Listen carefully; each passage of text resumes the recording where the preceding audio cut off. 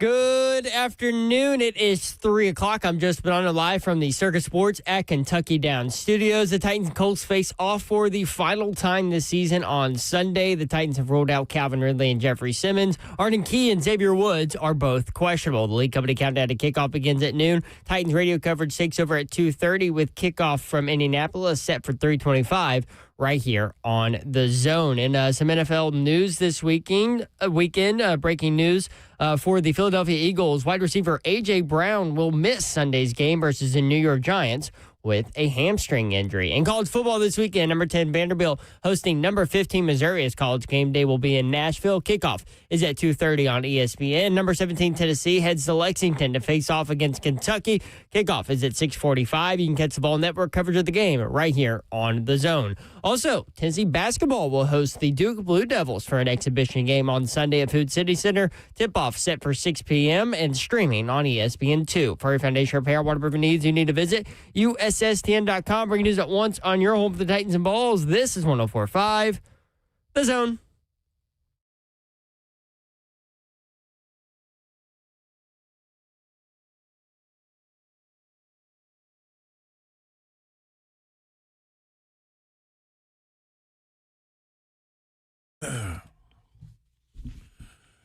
What's up, good people? Welcome to 3HL, but this is a scratch that. We are on 104.5 The Zone, but this is Home Alone Radio, baby. I was left home alone. The energy is going to be through the roof. So, to keep me company this weekend, while I'm at home alone, while Mayor's gone away, Babsy's gone away, Zephyr's in the guest house, I guess. Zeph's what's up, Zeph? Zeph behind the glass in the guest house. But I got my dog from down the street, Stoney Keeley, who brought all the snacks, all the juices, all the cupcakes, everything we need for game days that we got going for this weekend. But sitting in today on Trash Talk Friday, come on! Come on!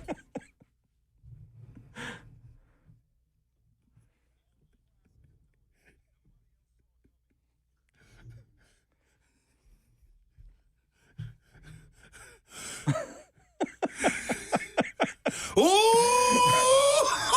I told y'all, this was going to be stupid. I had no idea that was going down. Yeah. I knew it was going to be dumb. I got my intro music going. Hey. Man, that's somebody's been in the lab. I don't know about the snacks, but I brought the raisins. I got my raisins ready. Them, dog. We got plenty of Biscoff cookies over there in the cabinet. There we go. You know, I mean, we can get to it, man. 3 hours is a long time to go without some food. It is, Tony. Now, listen, I'm going to be snacking, I'm going to be walking, I'm going to be drinking, I'm going to be doing it all, man. But one thing we're going to always do is have a good time. It's Trash Talk Friday. Yes, sir. We need to hear from Vandy fans. The number you can hit us up on, 615-737-1045. That's one thing, Stoney.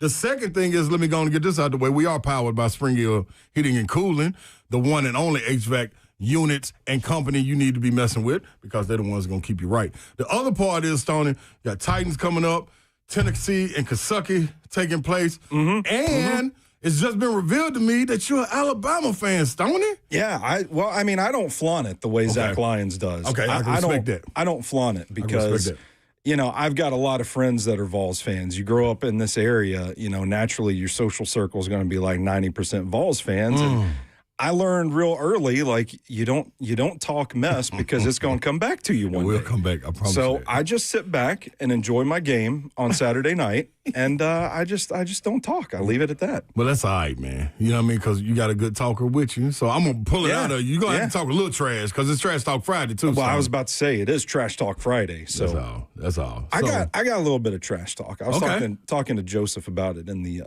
in our production meeting. Yeah. And I was like, I got a question I can bring up on it. Okay. You want to do it now or you want to wait? What should I do, Joseph? Should we wait until we're talking Tennessee, Kentucky? Or go for it now? Let's do it right before JG. Okay. That way you're going to put me on the spot. Yeah, that's why we get it fired up right before JG comes on. No. I'm going to chicken out. I'll bring it up. I'll do it. I'll do it if you're not going to do it. Said I'm going to chicken out. Yeah. I'll just do your trash talk, even though it kind of hurts the Vols a little bit. Not hurts the Vols, but it takes a little dig at the Vols. It's a little dig. Okay, so put our Teflon on when we're talking about it. Yeah. Okay, that's cool. We ain't got a problem with that. I am supposed to let the good people know that Slay Dog is here. Come on, baby. There we go. Work, Stoney. Work, Stoney. See, that's what I'm talking about, man. Stoney just come in, man. You got your shoes on. You took them off at the door. You coming through the house. You see the hardwood floors. And the first thing that I admire was you came across the floor like Tom Cruise. You know what I'm saying? That's what I do. So I'm like, yeah, he's at home. He's at home. We're going to have a great show for you, man. We got JG, Jerry Garantano, stopping in with us. What time he coming on, Zeph? 4:20. 4:20. We also got our guy, Garth Bolden, over from Gateway Tires with the high school football power hour stopping through. At what time, Zeph? 3:45. 3:45. There you go. There we go. Hey, good job, Zeph. So, you got to react when I give you something. So, Stoney, first and foremost, you want to hit on this Titans news so we can get this out of the way? Because I'm not sure how long I want to talk about this. Hang on a second, Slade. Okay, I gotta say something. I gotta get something off my chest. Talk to us. This is our monologue. Let's go. They don't think we can do this today. Oh, who is they? Every time I've been in the studio this week, people have been saying Stoney and Slay are doing 3HL on Friday, and then they just kind of nervously look at one another like, who allowed that to happen? Who said that was okay? And I know, like, sitting doing football and other F words last night, Zach and Ross were taking bets on how long the first segment would go. People, they were saying, hey, who's gonna cuss on air first? And I just think we need to remind everybody around here what professionals we really are. See, we got this locked down today. Absolutely. Ain't no ifs, ands, or buts about it. No. And I wish you would have let me know that. You would have texted me. I would have wore a suit today. Because I would have came all the way professional with them. You know what I mean? Even if we don't act professional, we're going to look professional. I would have at least put on a shirt and tie. I might still have my gym shorts on. Ain't nothing wrong with that. We're going to waist see up. that. No, waist up. Can't see that. If you did want to see us, you can hit us up, Facebook, YouTube, Twitter, or Twitch.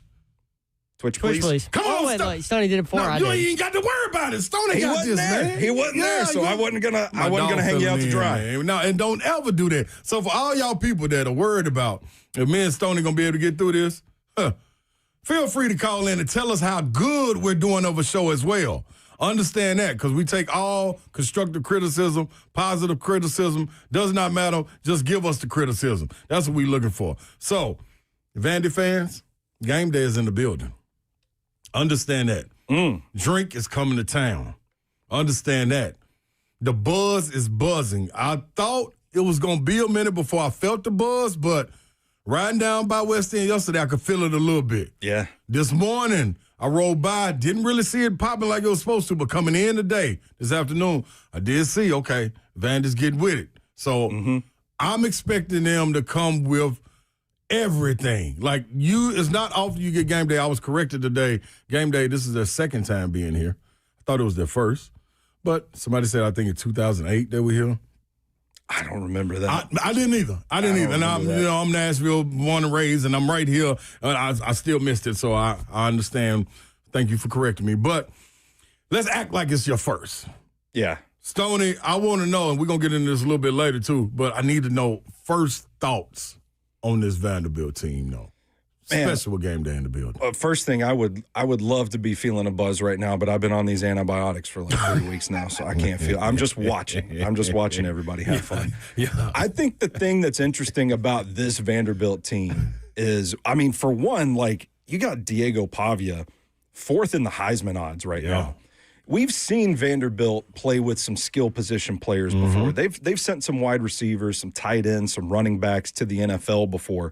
The thing that feels different about this Vanderbilt team is they got some boys up front that can block. Yeah. And this is a bona fide offensive line that is playing well right now. They're playing pretty well on defense, too. This is as complete of a Vanderbilt team as I've watched in a long time. And Clark Lee clearly has those boys believing this could be a really special season over there on West End. And good for them for getting game day. Yeah. I think, where do you sit on the debate? Should it have happened on campus? Should it have happened on Broadway?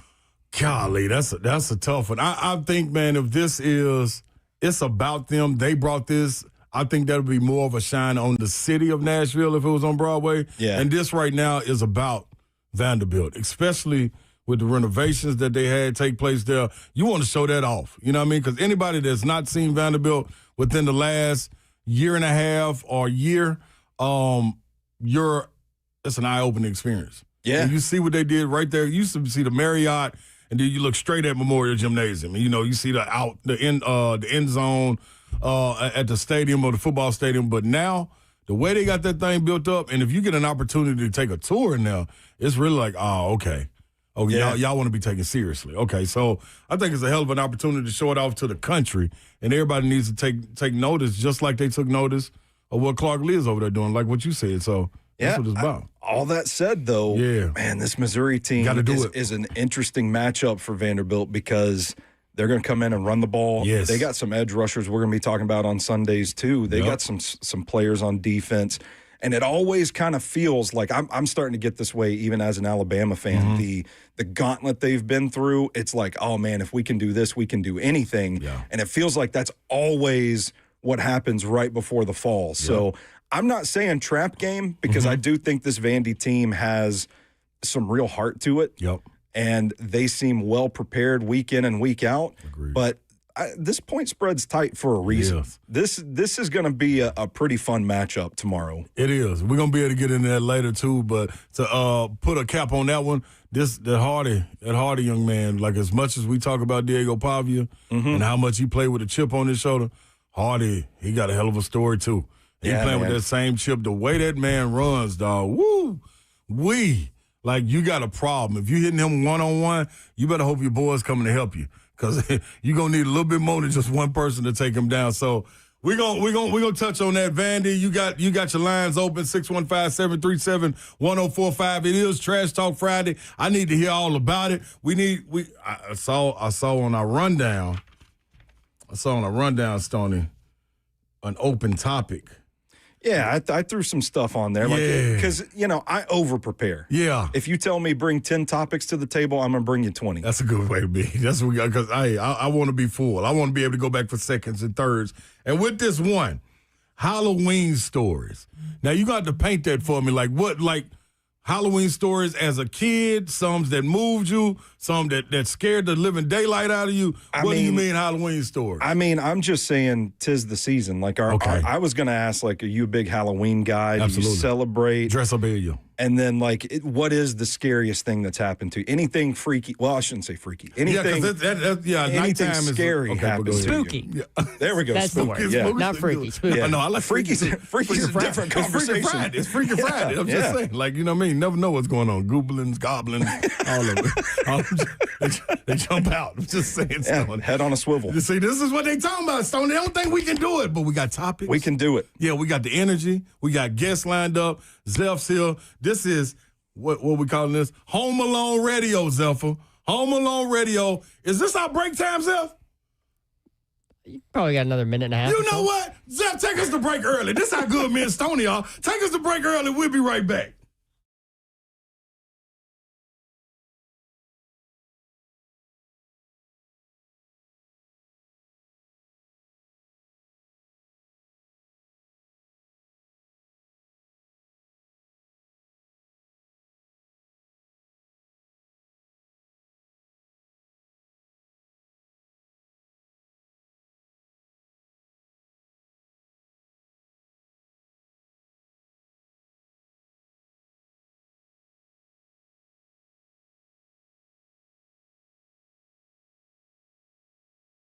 Gupton Dodge Chrysler Jeep Ram, that's where you need to go to get that next new vehicle, whether you're looking for a car, truck, SUV, or Jeep, new or pre-owned. Gupton Dodge Chrysler Jeep Ram has you covered. Check them out, 3450 Tom Austin Highway in beautiful Springfield, Tennessee. About 30 minutes from downtown Nashville. Best vehicle buying experience you'll have ever had. Right there at Gupton. Check them out online, GuptonMotors.com. All of the dealership information is there, address, phone number, inventory, new and pre-owned. Also, the deals they have going on in the month of October. Gupton Dodge Chrysler Jeep Ram. Again, GuptonMotors.com. 24 West toward Clarksville. Exit 35 is about 9 miles outside the city. Best vehicle buying experience you'll have ever had. 3450 Tom Austin Highway in Springfield, Tennessee. That's Gupton Dodge Chrysler Jeep Ram.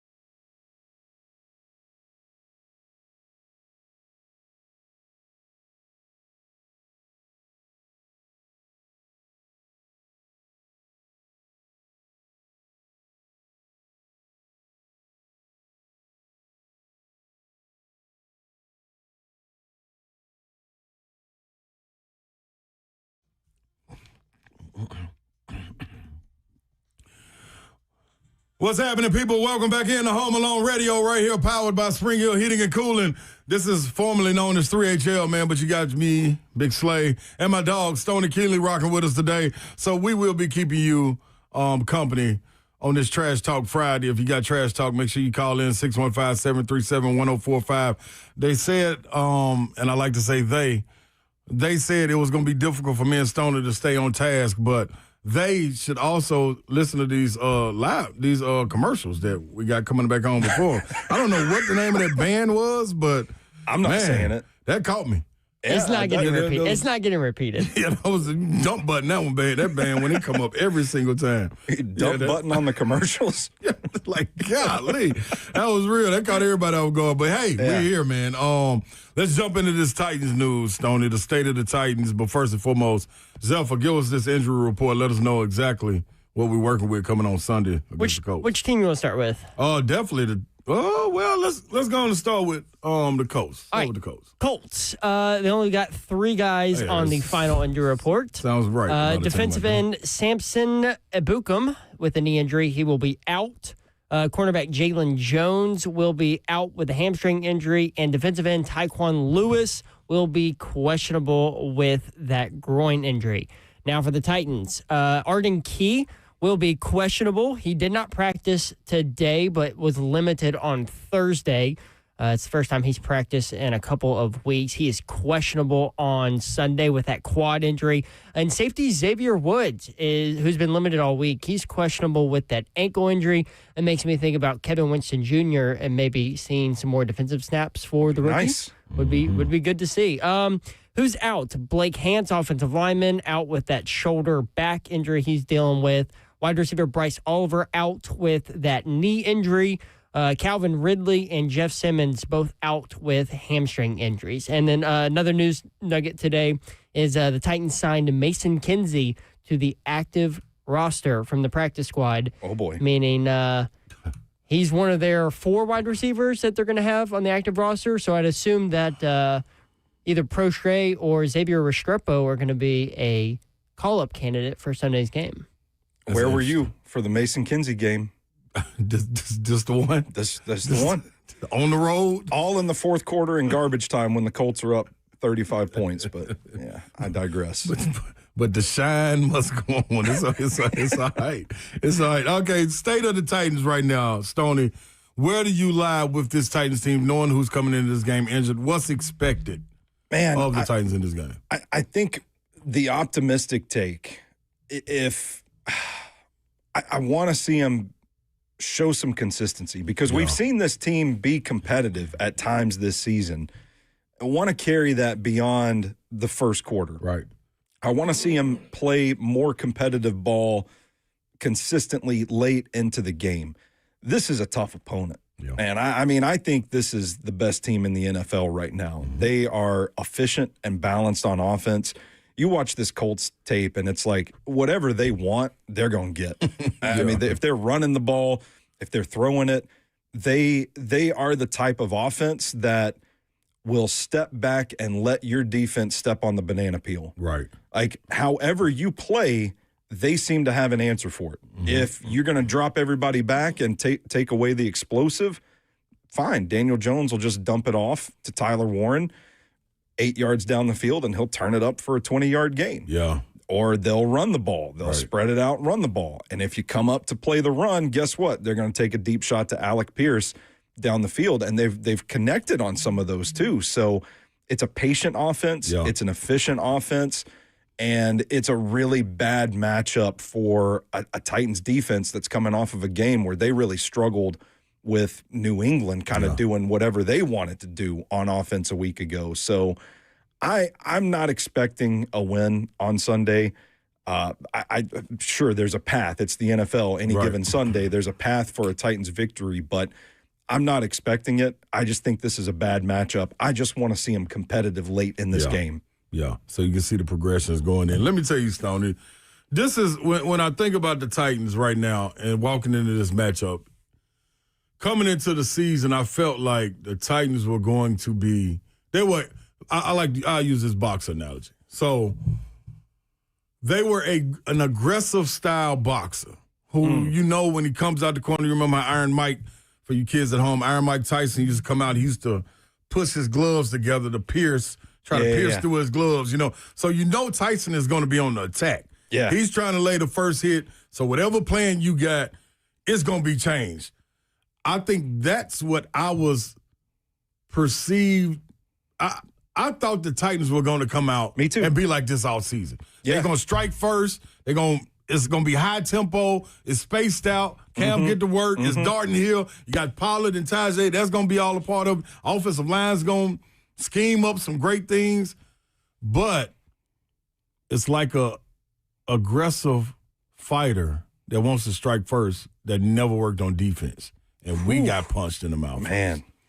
So I'm not sure if we have any counters. Yeah. You know what I mean? If we need to survive 5 or 6 rounds, we're not the fighter to be able to, okay, let's go into defense. Yeah.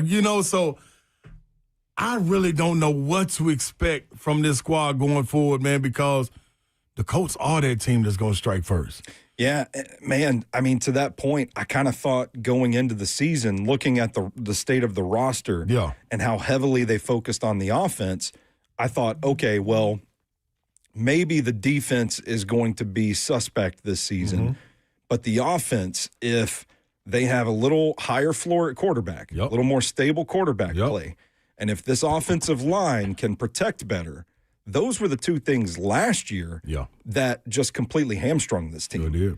And you think like, okay, if they can just get better at quarterback and the offensive line can protect, a lot of those big explosive plays are going to open up, especially the speed they added, the athleticism they added in the draft, and Alec Ayumanor and Chimere Dike.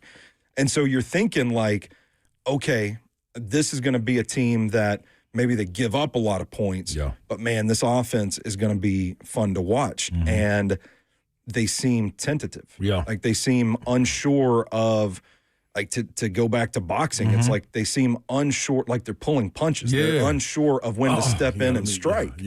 And you can't be that way in the NFL. And I know they've played some good defenses. But man, eventually you gotta start winning some matchups. Yes, you do. Or coach is going to start getting fired. And who knows what's next for this organization. Because it looks like they're going to be overmatched. And if nobody's rising up and taking that swing, what's going to continue to happen? That's right. And you took the guy out your corner that can talk you through getting back up on your feet when you get knocked down in Big Jeff. So now you got Big Jeff out. T-Sweat trying to work back. LeJarrette Sneed, he's down. He's on IR. Jarvis Brownlee, he's gone. You walk into this situation knowing who guys like Cedric Gray are, Barton, these guys, you got to go up against a guy like Tyler Warren. If it was going to be strictly, it's going to be a run game, I'd be like, oh, yeah, let Cedric Gray eat, let him eat. It's going to be fine. We'll be able to figure it out. Maybe stop him here and there. But Daniel Jones looks so comfortable. Man, Tyler Warren has emerged like crazy for this group, man. I don't think people realize how much improved Daniel Jones is just by virtue of having a good offensive line in front of him. I think it's the best run game he's ever had. That's no disrespect to his days with Saquon Barkley, but those Giants teams could never put the back and the offensive line together at the same time. He's got some decent weapons. I don't think this Colts receiving core, these pass catchers are world beaters. But they've got steady guys at spots 1 through 4. And then Tyler Warren, man, you want to talk about impact on a game. If you factored in situational football and utilization stats, like how a guy is used, if you could factor that into a box score, people would realize how good Tyler Warren is. But, most people are just looking at receiving yards, reception, stuff like that. But they will line him up in the backfield. They'll put him in line as a blocker. They'll split him out wide. They'll put him in the slot. They have him a lead blocking as a fullback. There are even plays, I don't know what you call the wildcat when you're hiking the ball to a tight end and not a running back, but they'll give him direct snaps. And he'll, like, there's been a couple plays where, like, he positions himself like he's about to throw the ball. And I'm just like, dang, man, like this whole thing, Jones is being precise passing the ball, but Warren is kind of the cog that turns this whole offense. And that is extremely important for a team to have, So when I'm looking at it, I'm like, man, he might be the offensive rookie of the year if he had the production stats to go with how they use him. That's right. He's a lot of fun to watch, though. I love it. I love watching. Now, would you hit on what you said? I've been a fan of Daniel Jones like the last 2 years. Been preaching about him like, dog, if he ever gets an offensive line and a competent coach, it's going to be a problem. You know what I mean? All the other tools are there, and it's hard to watch a guy when you're around other bad players. At some point, it seeps in, and everything goes to boo-boo. But it is what it is on that now. Something about Jones, he's got some wheels. People don't realize. They forget. And Shane Steichen takes advantage of that with some designed rollouts, some bootlegs, stuff like that. Like they get him on the move, and he's an athlete. So that's what I'm saying. Like, it's asking a lot of this Titans defense. It's struggling right now to keep all these pieces in check. Yeah, it is. And to flip that part, we just talked about what Daniel Jones means to them as far as being a stabilizer. Now, when it comes to Cam, where's your confidence level on him? Because for me, I'm always one to watch a person grow, especially when you're not making the same mistakes twice. Meaning, I can't watch you throw the ball against the same coverage and get it picked off over and over again. One mistake, that's cool. Another one, I'm cool with mistakes in the flow of the game. But the ball slipping out your hands and things of that nature, things that you can control, I'm not going to say my confidence is shaken on him, but the system that he's in or they're trying to get him to run or he's battling against running himself is a problem for me moving forward. And if there's not an experienced guy brought in for him, I kind of feel it could go into shambles. I think we're looking at a darkest timeline situation where it's like, okay, he's not developing the way we thought he should be. Right.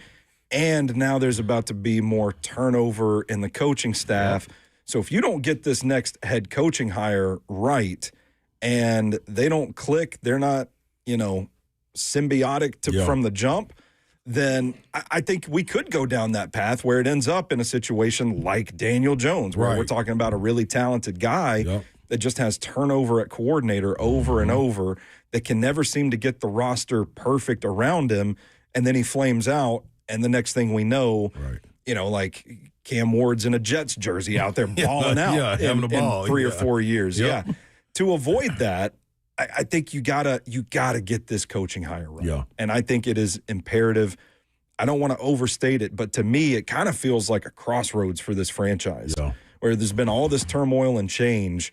You got to get this right. You got to stabilize this thing, get back on the tracks moving forward.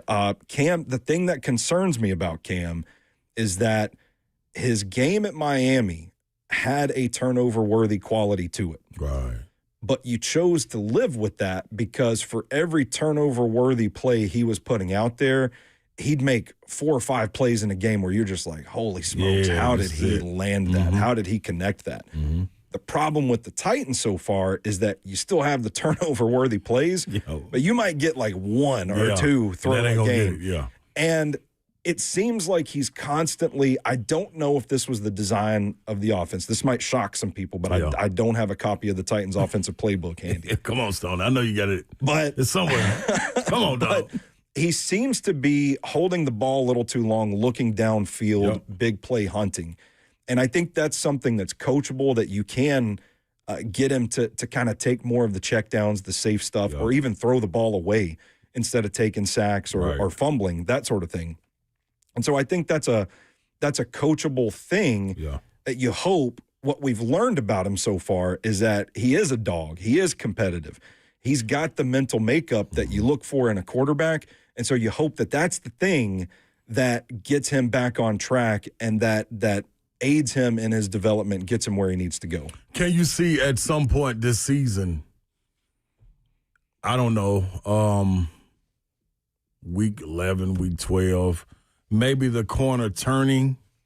And I'm super optimistic. I hate being negative about things. Me too, man. But it's like, good God, I don't know if it's rubbing off on me or what, but I can't find it, Stoney. Well, hey, I can't find it. We're also supposed to be professionals here, too. We're supposed to be objective analysts. This is right. You call it like you see it. This is right. Yeah. It's like some dog mess on Sundays. Yeah, Somebody needs to come pick this up. Exactly. So tell me why you can see the page turn for him in the latter part of the season to give us that hope, you know what I mean, walking into next year. Because I will say, I think that first half against the Patriots, when they went up 13-3, yep. that was kind of, for me, it was like, okay, maybe a light bulb's starting to go off, and maybe with more reps, the whole thing's starting to slow down for him a little bit. Okay. And when that happens and he plays well, it makes me think, okay, maybe it's a comfort and a repetition thing. He's still getting into a rhythm with Bo Hardigree, who's only called plays for a few weeks now. Yep. So I think as there is a little bit of stability there, some continuity there, I think that he can continue to get better. It's just a matter of eliminating some of the disaster plays and keeping that consistency well into the second half of the game. I totally agree with you. That did look good. And I thought, man, it was one of those moments. But when you walk back to the sideline, like, hey, that's it.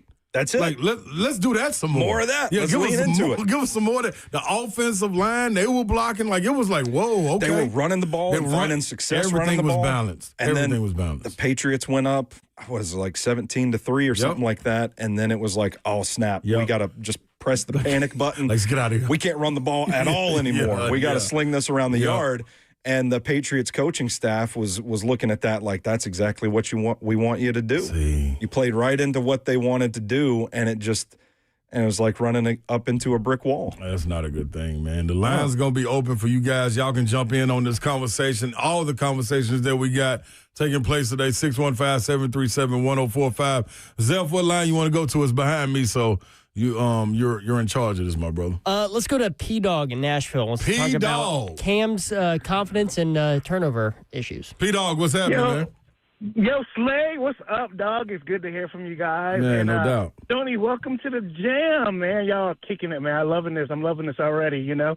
Happy to be here, P-Dog. Thank you.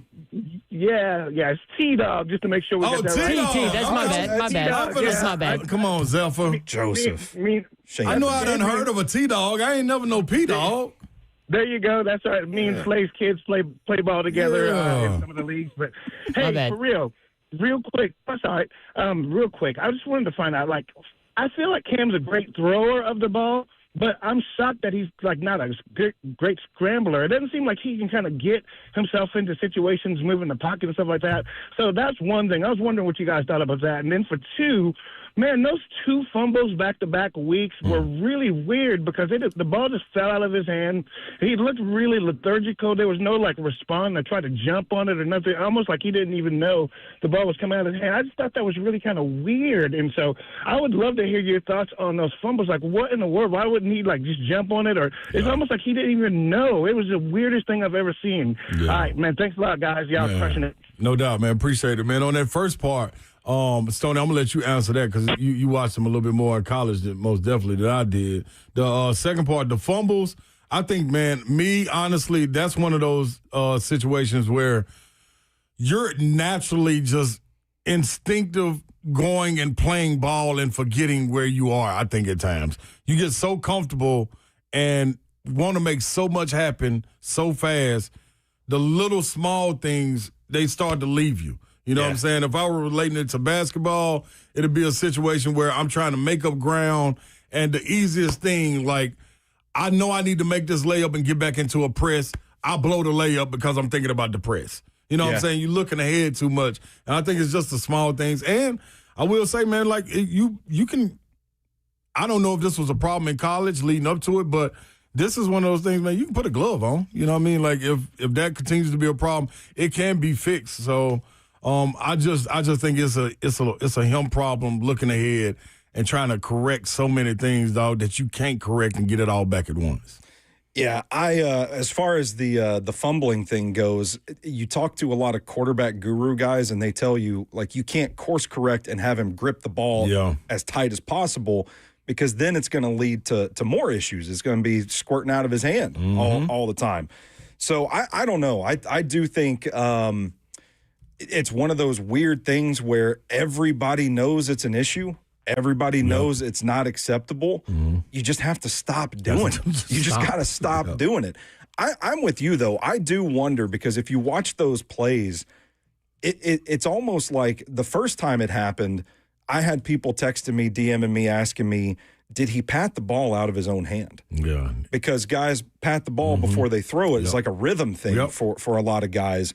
And he smacks the ball and it falls out of his hand. So it to me, and then watching the one from Sunday, it kind of seems like his eyes are downfield, and it is just a brief moment of his attention just diverts, and then it comes out. So I don't know how you coach that, because like I said, you don't want to overcorrect. That's right. But you got to clean it up. You got to stop. So it's one of those things that you just say, stop doing it. Yeah. Man. Stop doing it. The scrambling part? The scrambling part, I think, it's really interesting, because I think it was one of the stronger aspects of his game at Miami was his ability to extend the play with his legs. Yes.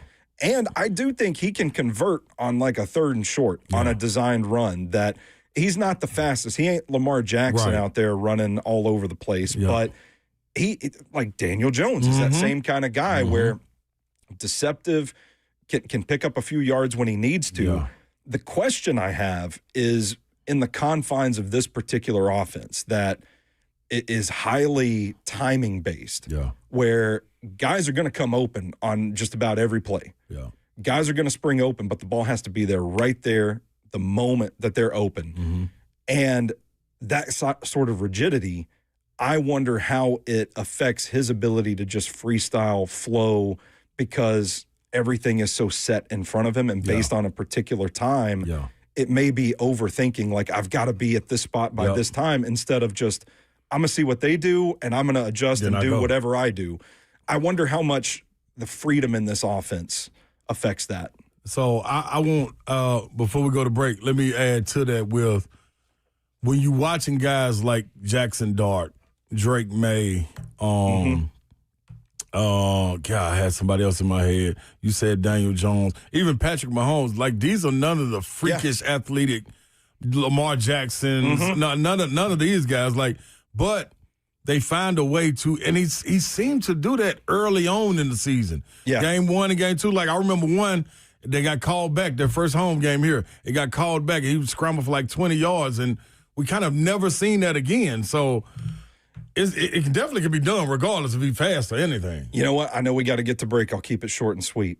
I think it is those guys have that trigger where if that ball is snapped, they look up, there's open field in front of them, they go. Gone. But Cam, it seems like, gets that ball, and he's still looking downfield. Waiting on people to come over. All right, man. So this is the conversation. When we come back, man, we will be joined by our guy, Garth Bolden, from High School Football Power Hour, who will be lined up with you guys later on tonight, but we'll give a little preview of some high school games, man. This is, you know what it is, Home Alone Radio.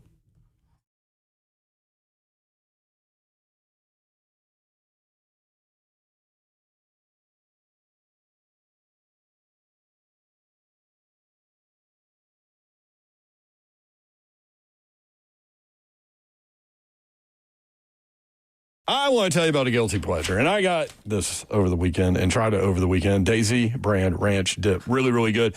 Daisy French onion dip, really, really good too. You may want one or both of these things, and you can have them at any grocery store. Daisy came out with a delicious Daisy French onion dip and Daisy ranch dip, and these are game changers. They're as delicious as homemade dips, and they're made with real herbs and spices and other ingredients that you would find in your own kitchen. I invite you to snack the proper way. Look for Daisy French onion dip and Daisy ranch dip at a grocery store near you.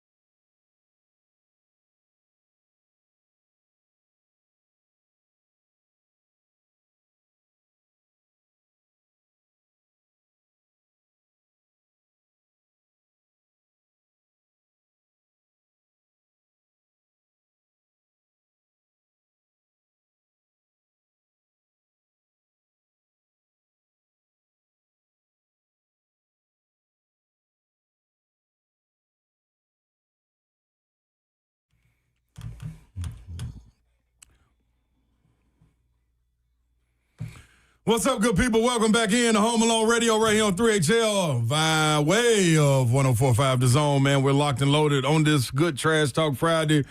You got me, you got Stoney Keeley, and we will be joined right now by the one and only our guy, Garth Bolden, over there with Gateway Tires, man. Y'all show them some love, too, when you ride by. You need some work done on your car. You need some good wheels. Well, you need to go on over to Gateway Tire. I'm telling you, they take care of me for sure. The high school football power hour will be taking place tonight. Garth, what time you guys crank up? Garth, welcome in, too. Hey, Slay. Tonight, 9:30. We got late duty tonight. Yeah, we got. We'll be following up the soccer. They're playing tonight, so we got we'll be following them tonight. NSC, I forgot NSC is playing tonight. So, big games on the horizon tonight, Garth. Brentwood versus Independence. Take us through that one real quick for me. Well, Brentwood's undefeated right now in the region, and they've got a big matchup against Ravenwood coming up next week in the Battle of the Wood. But Independence, their record is not showing how good that they have been playing lately.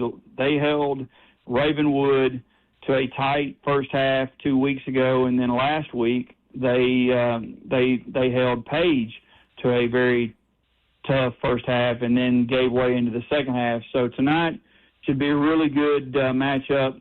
You got Coach Finch from Brentwood, and then you got Coach Blade, who's returned to Independence. So we'll be keeping our eyes on that one, and we hope to have one of those coaches on the show with us tonight. Love that. That's what I'm talking about. Now, Garth, your other matchups that's taking place that you'll keep an eye on that you're looking forward to. I mean, first of all, let me go on to say, too, I'm gonna try my best to get to that Brentwood and Ravenwood game next week. And if you haven't been to a Ravenwood game when they play a rival, I went to homecoming, and it rivals a miniature version of any SEC football game, man, with tailgates, TVs, great food. It's amazing. So I would tell people, if you're looking for a high school experience that you haven't seen yet, man, go check that one out next week. I totally agree with you. I mean, that's a packed house every time they play. Big rivalry there, and, you know, no matter what their records are, they both play extremely hard that game. And, you know, typically year after year, one they'll beat one in regular season, and then the other one will beat the other one in the playoffs. Yeah. So, you know, but you're right. The atmosphere on Friday nights when they play, you can't beat it. You're exactly right. And you give it, you take a look at this Blackman versus Siegel going up there in Rutherford County. What's your thoughts on this matchup? I believe Blackman will take that game. That's still a big game in Rutherford County, but I think Coach Kreisky and his crew, they're having an outstanding season, and I think they'll walk away with the W tonight in that matchup.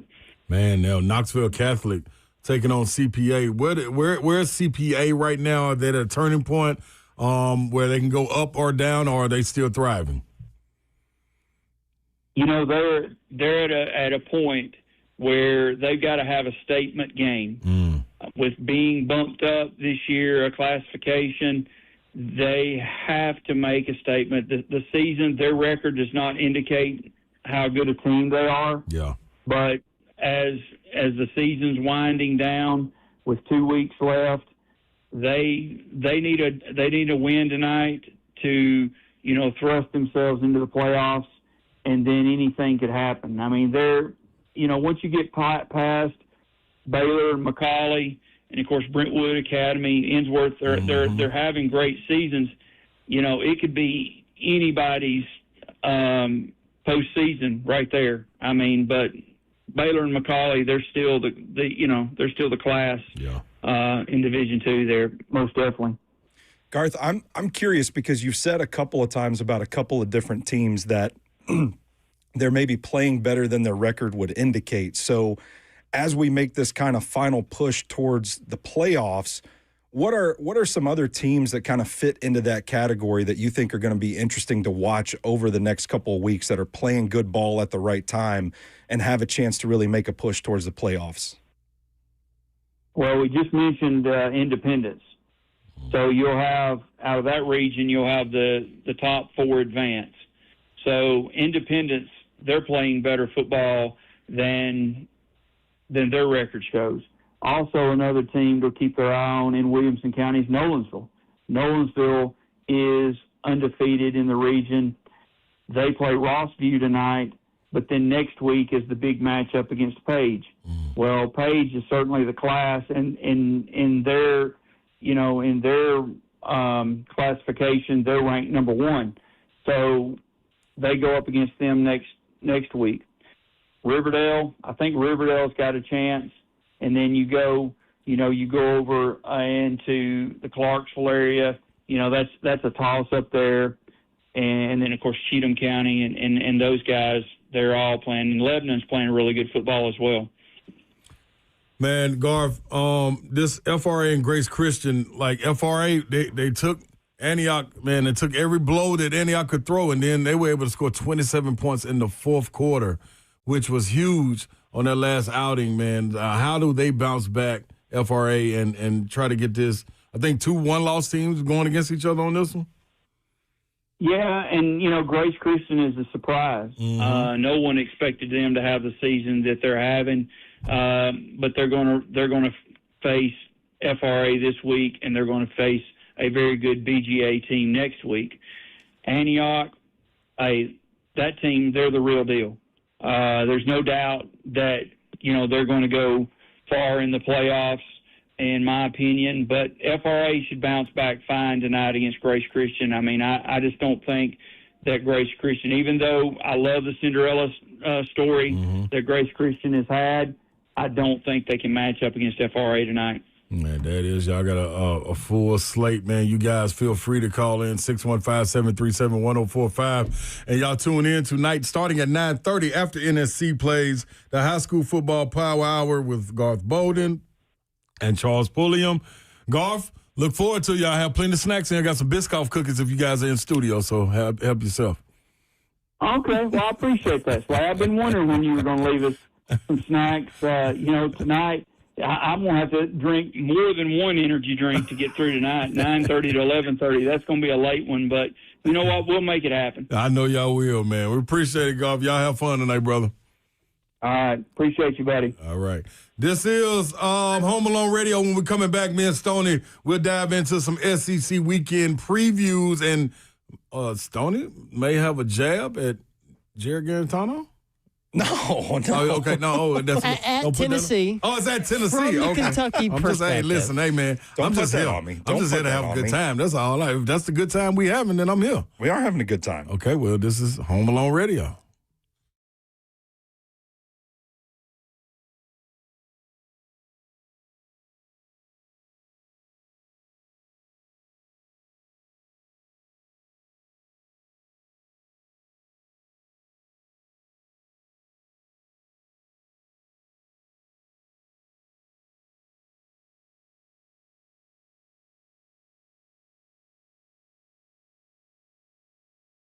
What's happening, good people? If you're living with back pain, well, we got a solution for you. It's an alternative to surgery. You don't have to worry about going up under the knife. No, stem cell therapy is right here for you. All you got to do is go to KellumStemCellInstitute.com. There's no scalpels, no stitches, just a simple injection that targets the pain at its source. That's the Kellum difference. So most patients are back to their routine in days, not weeks. Kellum Stem Cell Institute helps you get back to life faster. No hospital stays, no general anesthesia, and a much lower risk of complications because your health deserves a safer option. This isn't just pain relief. It's your body healing itself with its own stem cells, guided by Kellum's expert care. Unlike surgery, there's no need for rods, screws, or implants. Kellum keeps it natural, and you're in and out the same day. Just give them a call at 615-850-4415 to schedule your consultation, or go to KellumStemCellInstitute.com.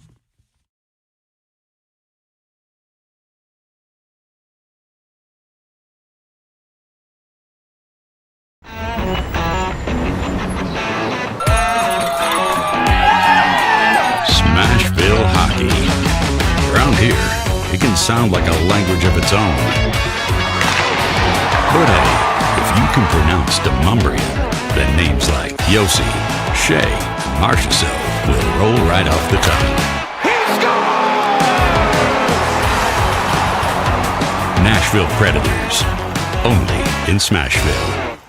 Selling your home can be stressful, but it doesn't have to be. Get a guaranteed offer from Mark Spain Real Estate. There are no showings, no open houses, no stress. Work with the #1 real estate team in the U.S. and close with confidence. Go to markspain.com today.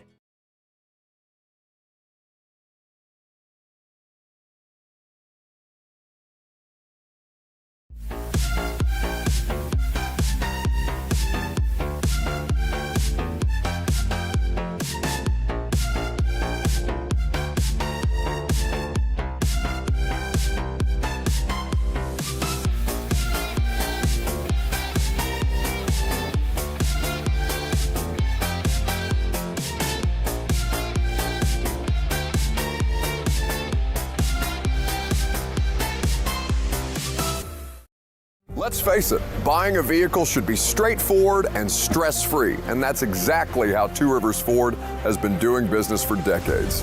This locally owned dealership has a non-commissioned sales team whose only focus is to find you the right vehicle at the right price without the pressure. So you'll actually have a fun car buying experience. Great prices, easy financing, and a non-commissioned sales team. Two Rivers Ford, the South's most trusted Ford dealer.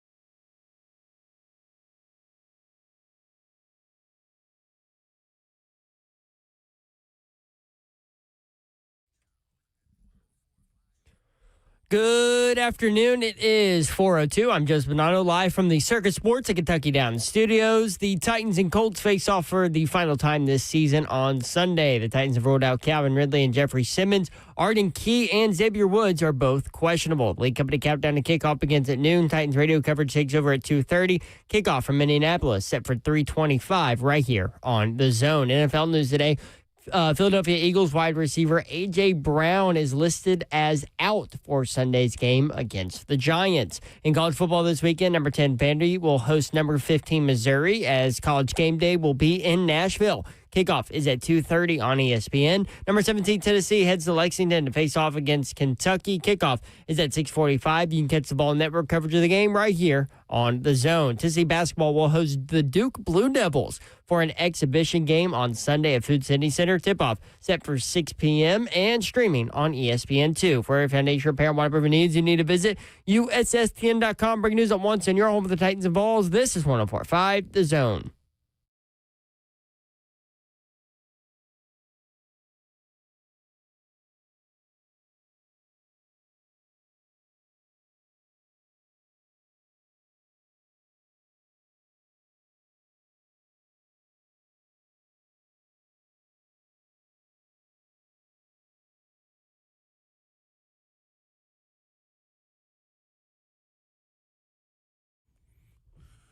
Welcome back in to 3HL right here on 104.5 The Zone. Today, taking over on this Trash Talk Friday is Home Alone Radio. I got my dog, Stoney Keeley, sitting in with me. It's Stoney Music.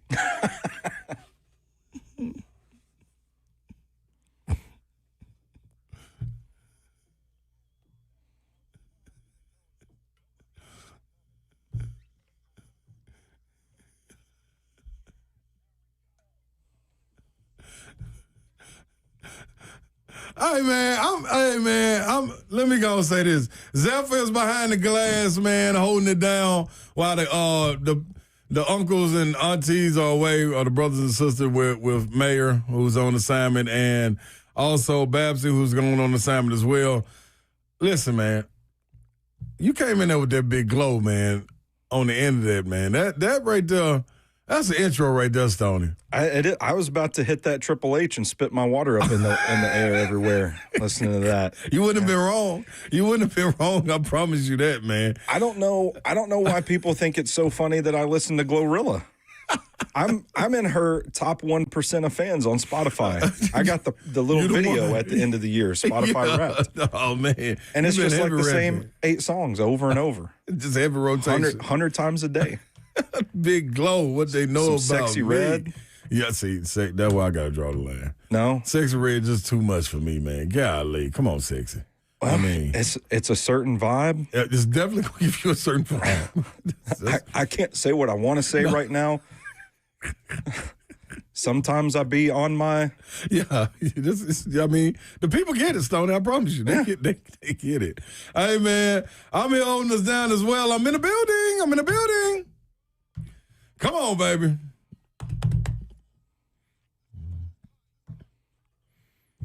See, I couldn't afford Big Glow, man, on mine, so we just had to do a couple of drops on myself. I can make a call.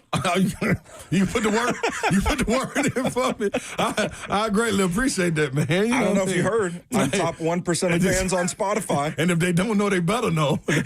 That's all I'm saying, man. Hey, man, we got Jared Garantano coming up at 4:20, so you want to stick by with that. He will join the show, and if you haven't been watching this breakdown on YouTube of the Tennessee Vols, I'm telling you, you're missing something from a quarterback perspective, and I mean getting detailed with it. You want football talk, whiteboard talk, that's what you're going to get when you tune in and subscribe to JG's YouTube channel and his breakdown of the Vols. But you just heard from Garth Bolden, who they'll be on at 9:30 tonight, the High School Football Power Hour after NSC finishes up getting their win. But me and Stoney, right now, SEC weekend preview. Big weekend. That's what we got. Huge weekend, Stoney. Give me out of these games, and it's quite a bit. 1, 2, 3, 4, 5, 6, 7, 8, 9, 10. The list goes on and on. What games? Give me two matchups that you're really, really looking forward to. Naturally, everybody's hyped about Tennessee, Kentucky, Alabama at South Carolina. Yeah. You got Ole Miss at Oklahoma, ranked matchup. And then with game day being here in Nashville, Vanderbilt hosting Missouri. That's a top 15 matchup. Yes, it is. But, man, I think people are sleeping on this Texas A&M LSU matchup. You on something? I don't think LSU's very good. Don't get me wrong. But there's something about that voodoo. Baton Rouge at night. They got it. Texas. What are they, 17-1 under Brian Kelly at night there? Yeah, I saw that. Yeah, that's crazy. I'm just saying, Texas A&M, I feel like people are sleeping on how good they've been so far. I mean, even though they're ranked number 3, I still don't feel like the conversation has been much about Texas A&M. It hasn't. So with Texas A&M, what I find interesting, have you guys looked at their schedule recently? No. Do you know how many road games Texas A&M has played up to this point? Less than Missouri? They've played 2. Whoa. And their 2 road games are at number 8 Notre Dame when they were number 8. They won 41-40. Then they played last week at Arkansas, 45-42. So in their 2 road games, they've scored 81. The totals in those games have been 81 points and 87 points. Yeah. Do you know what the over-under for the LSU game is? What's that, Zephyr? It is, where'd it go? I had it just right here. It is 49.5. They should obliterate that. So what you're saying is... I'm just saying, in the 2 road games A&M has played, they've scored in the 80s with the other team. Yeah. It is 49.5. So to that point, let me say this. Road games are difficult, very much so. So it's only so much that I place on the value of getting out of there with the win by 30 or getting out there with a win by 1. Yeah. You get out of there with a win, especially going on the road to Notre Dame, who was supposedly a national championship contender. And when you go to the matchup, who was it, Arkansas that they played against? Oh, last week, Arkansas. Arkansas last week, with an Arkansas team that you know they can score. You know what I'm saying? They're scrappy, too. They are scrappy, especially at home. Mm-hmm. You know what I'm saying? So looking to defend their coach, you know what I mean? Sam Pittman got let go. You had a bye week. You got ready for Tennessee. You got away with – you lost that one, played well. So you coming back. That's your first game home since playing since losing Sam Pittman and getting fired. So my thing was you got to withstand that storm that was coming on that one. The other part is I don't care what you do.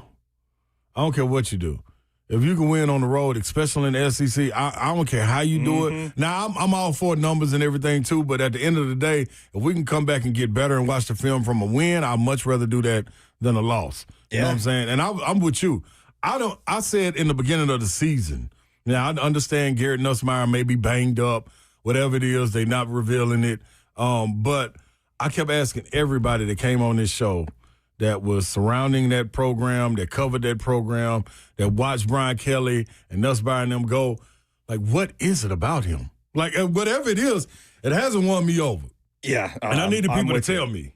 Yeah. I don't believe in it. I'm with you. I ain't on the Nuss bus right now. Yeah. The Nuss bus is banged up and rolling down the hill right now, as far as I'm concerned. And they don't have no running game to protect it. No. It's the other part. You know what I'm saying? So you gotta have a balance. But like you said, at night, the voodoo, and I ain't talking about the donuts that you get at B&A Airport, but the voodoo comes out, man, somehow down there in Baton Rouge, and it's different. Man, it's a really interesting spot because we talk about Texas A&M as a team that's ranked number 3, but nobody's really talking about them. So is this a spot where you can go into a notoriously tough spot to play in, get a win as a sort of validation for what you are so far? Yeah. Does that kind of boost their stock a little bit?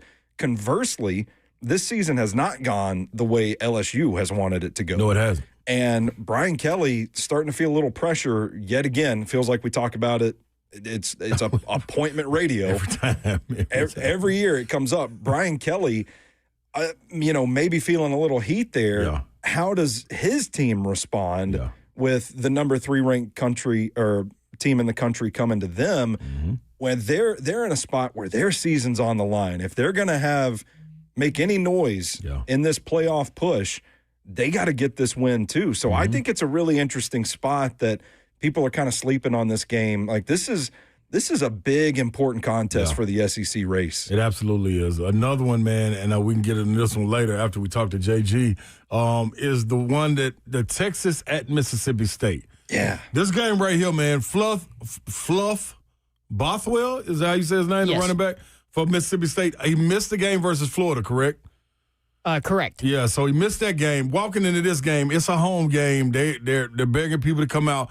Texas is one of those teams kind of just wavering, like what are they? Yeah, who are you? What are they? Are you the big bad wolf when you play Sam Houston State and not when you play somebody in the SEC?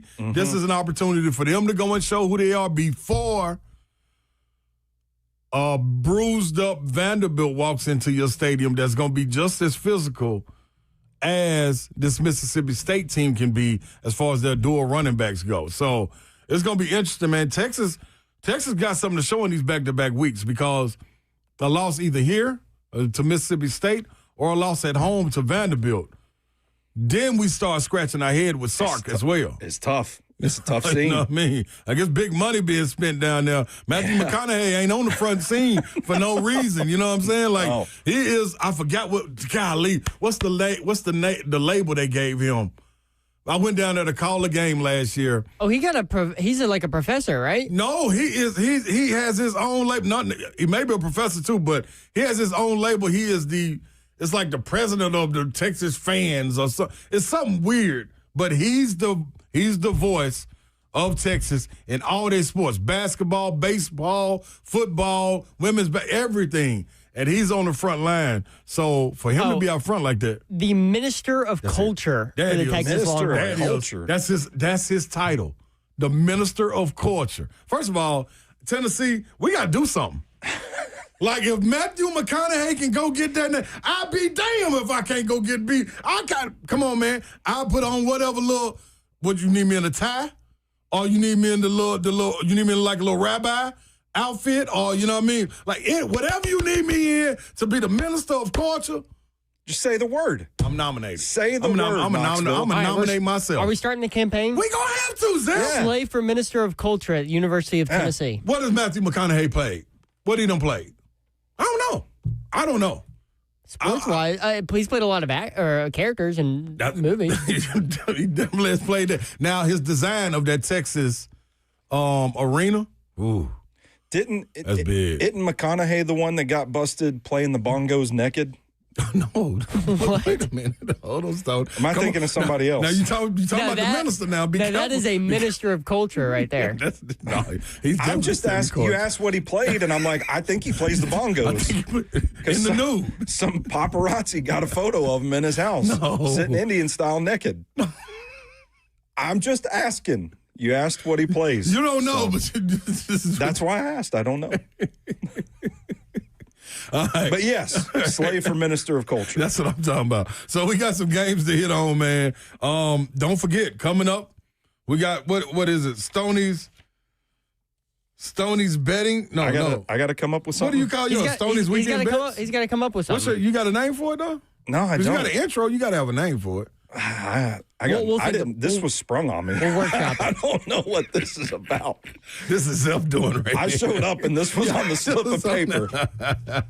Well, you got Stoney's weekend bets and you got the parlay coming up later in the show too, man. Trust me, you don't want to move. You don't want to change that dial. You want to stay right here. This here, when we get back, we will have Jared Garantano. That was a lot. Jared Garantano. I just made up a name. Jared Garantano. Will be joining us to break down this Tennessee and Bama tape. And I'm sure Stoney will have some questions about it, him being a Bama fan. This ought to be good. Home Alone Radio. We'll be back.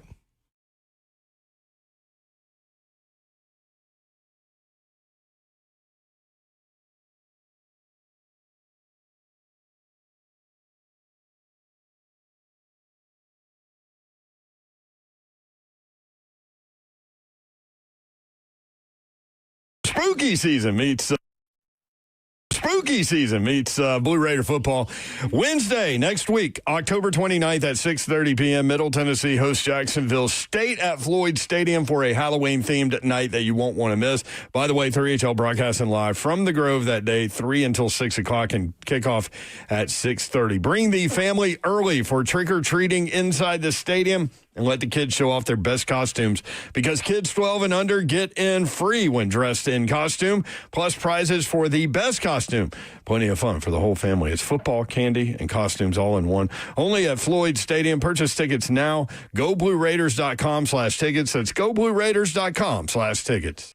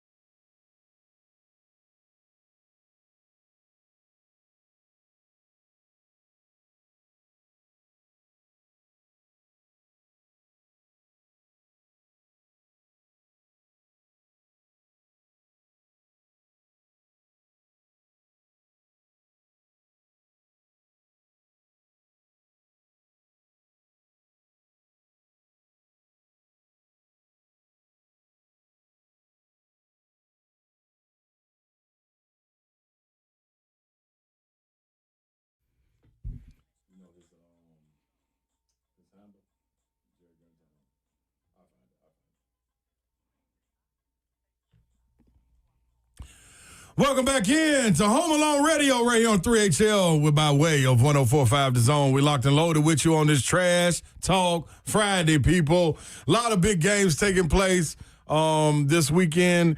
The best time in sports, Stoney? Would you call it that? You got MLB playoffs starting. You got, the World Series starting. Yeah. NBA is tipped off. We're in the thick of it as far as college football. Almost to the midway point in the NFL. Like hockey started up. Hockey's cranked up. Like Major League Soccer playoffs on the way. We in it. Yeah, it is the paradise stretch, man. Yeah. It's just like if you're a sports fan right now, things are feeling pretty good. This is the only time of year I watch baseball. This and the College World Series in June. Me too. So like I'm checking the scores of everything every morning when I wake up. It's awesome, man. There's always something on. It is. I always pick up when the ALCS and NLCS starts up and then fall into the World Series knowing that basketball is right there around the corner. So not for NBA guys, but this is a betting man's dream right here. Like, you can't miss it. Any night, you got sports taking place. You know, gotta be on. You gotta be on, man. It's like not for NBA guys. I'm just saying, NBA guys, y'all got to stay away right now. Y'all on bad behavior. Put y'all on timeout. Joined right now by @Jay Listen, if you're not watching Jared Garantano's his YouTube streams and not subscribed, you're doing yourself a disservice. So each week comes on with us on Fridays, breaks down the game before, looks ahead at the game right there on the horizon, which will be Kentucky this week, and I did pronounce that right. I know the S and the T are right by each other, but I'm not using a keyboard. I'm using my thoughts. Kentucky is who they play. So, Jay, man, how you doing first and foremost, dog? I love the intro, and I love the way you said that last word. I want to say that I love the way you did. Yeah. That was a hard typo. Hard typo. Dog, you joined with me and Stoney Keeler today. Brent and Babs are out, so you're rocking with us today, dog. Man, we got to go. Let's go straight to this Alabama game, man, and talk about your thoughts. And let's break it down by halves, because I thought it was two separate games. When you watch the game, I was down there in Tuscaloosa, man, watching the game, and woo, man, you talking about a rough one, man. It was rough being in that building, dog, and the music kept getting louder, the fans kept getting more obnoxious, but it was warranted. It was warranted by the play that was on the field. Talk to me, what's your take through in the first half, anyway? They didn't treat you nice. They didn't treat everybody in orange nice over there. They told me that gaudy orange that I have on looks great on me. Yeah, so I guess if you want to take that, yeah, I guess it did. I've heard my fair share, unfortunately. No. I look at the total game, and I don't think that the end score was the whole tell. I don't think that they were 17 points better than us. I look at offensively, I thought we left a lot of points on the board. Unfortunately, we didn't block as well as we have been. Mm-hmm. Wide receivers, they kind of played a bend-don't-break defense, so they were trying to keep everything in front of us, which kind of takes the dynamics of our explosiveness away. Running-wise, Bishop, another huge game, played super well again, even coming off of an injury the week prior. I just thought offensively, it just didn't feel right? We just weren't in a rhythm, and I mean that's a credit to Alabama. They played way better than they have been defensively. Their defensive line was able to create sacks, which they haven't done all year, and we gave up some sacks, which we haven't done all year. So I thought we were going to be able to win that defensive line battle this year. Obviously, we didn't. But going forward, that's just going to be something that we have to continue to work on depth-wise and recruiting-wise. And I didn't think our defense played terrible. I really didn't. I thought that they were sitting there. They were tough throughout the whole game. Obviously, they have a really, really good receiving core, Alabama does, and they have probably the Heisman candidate or Heisman Trophy leader right now in Ty Simpson. So, all in all, score doesn't really tell the whole story. I think if we played them again 9 times out of 10, it wouldn't be a 17-point game. I think it would be a one-possession game either way. But we made too many mistakes, unfortunately, that one to win that one. Yeah. Jarrett, my man, it's a pleasure to meet you. Thank you for your time today. I want to talk about the momentum in this game. It's 7-7. We blink, and suddenly it's 23-7 Alabama. How did those quick swings in momentum impact the offensive game plan moving forward? And how do you kind of get guys in a moment like that to kind of keep their powder dry, hold their water a little bit? Yeah, I think it was just so weird the way it happened. I thought that there were so many positives that were happening before these big turnovers and before these big change of events, like the safety. Unfortunately, we get a penalty, we get backed up, whatever it is, and then we're on the 6-7 yard line as a play caller. You're not thinking that the quarterback's going to wind up taking a 9-10 yard sack, right? You're not expecting that, and you're also expecting a senior quarterback to understand, like, listen, you got to get the ball out of our hands. If they sink back, just dump it underneath, find a running back, find a check down somewhere. So that was unfortunate. And then we have a gigantic drive right before half, and Joey orchestrated it beautifully. Really good drive for everybody. Ran the ball super well. And unfortunately, we have a miscue, and he lost the cornerback, which, listen, it happened to everybody. It's happened to every single quarterback that has played, where you lose a defender and you put the ball up not expecting it, and he just lost track. And at the snap of a finger, we went that deep. So I think as a play caller and as a head coach, it's their responsibility, or Coach Heupel's responsibility, just to kind of calm everybody down. We have a whole nother half, and it's not especially for our offense in that game, 16 points is nothing. So I really wasn't stressing at halftime. Of course, I knew coming out it needed to be a really big first possession, but I wasn't stressing as much because I know how explosive our offense can be at times. So that goal line pick six, what was your opinion on that play call, and what exactly went wrong on that play? So after I watched it back, I think my thought process changed. If you look at the 4 prior plays and you see how well we ran the football, when we had the football on the 1 yard line, I don't think that it's a given that we're just going to run the football in that situation, right? Like, of course, mentally, everybody's like, throw the football, we'll have 2 plays. But at that time, the way that how effective we ran the ball, the 4 or 5 prior plays previously with Bishop, as a defensive coordinator, you have to be thinking, all right, they might run this in, right? And I don't think that would have been a terrible play call, judging off the fact of how successful we were.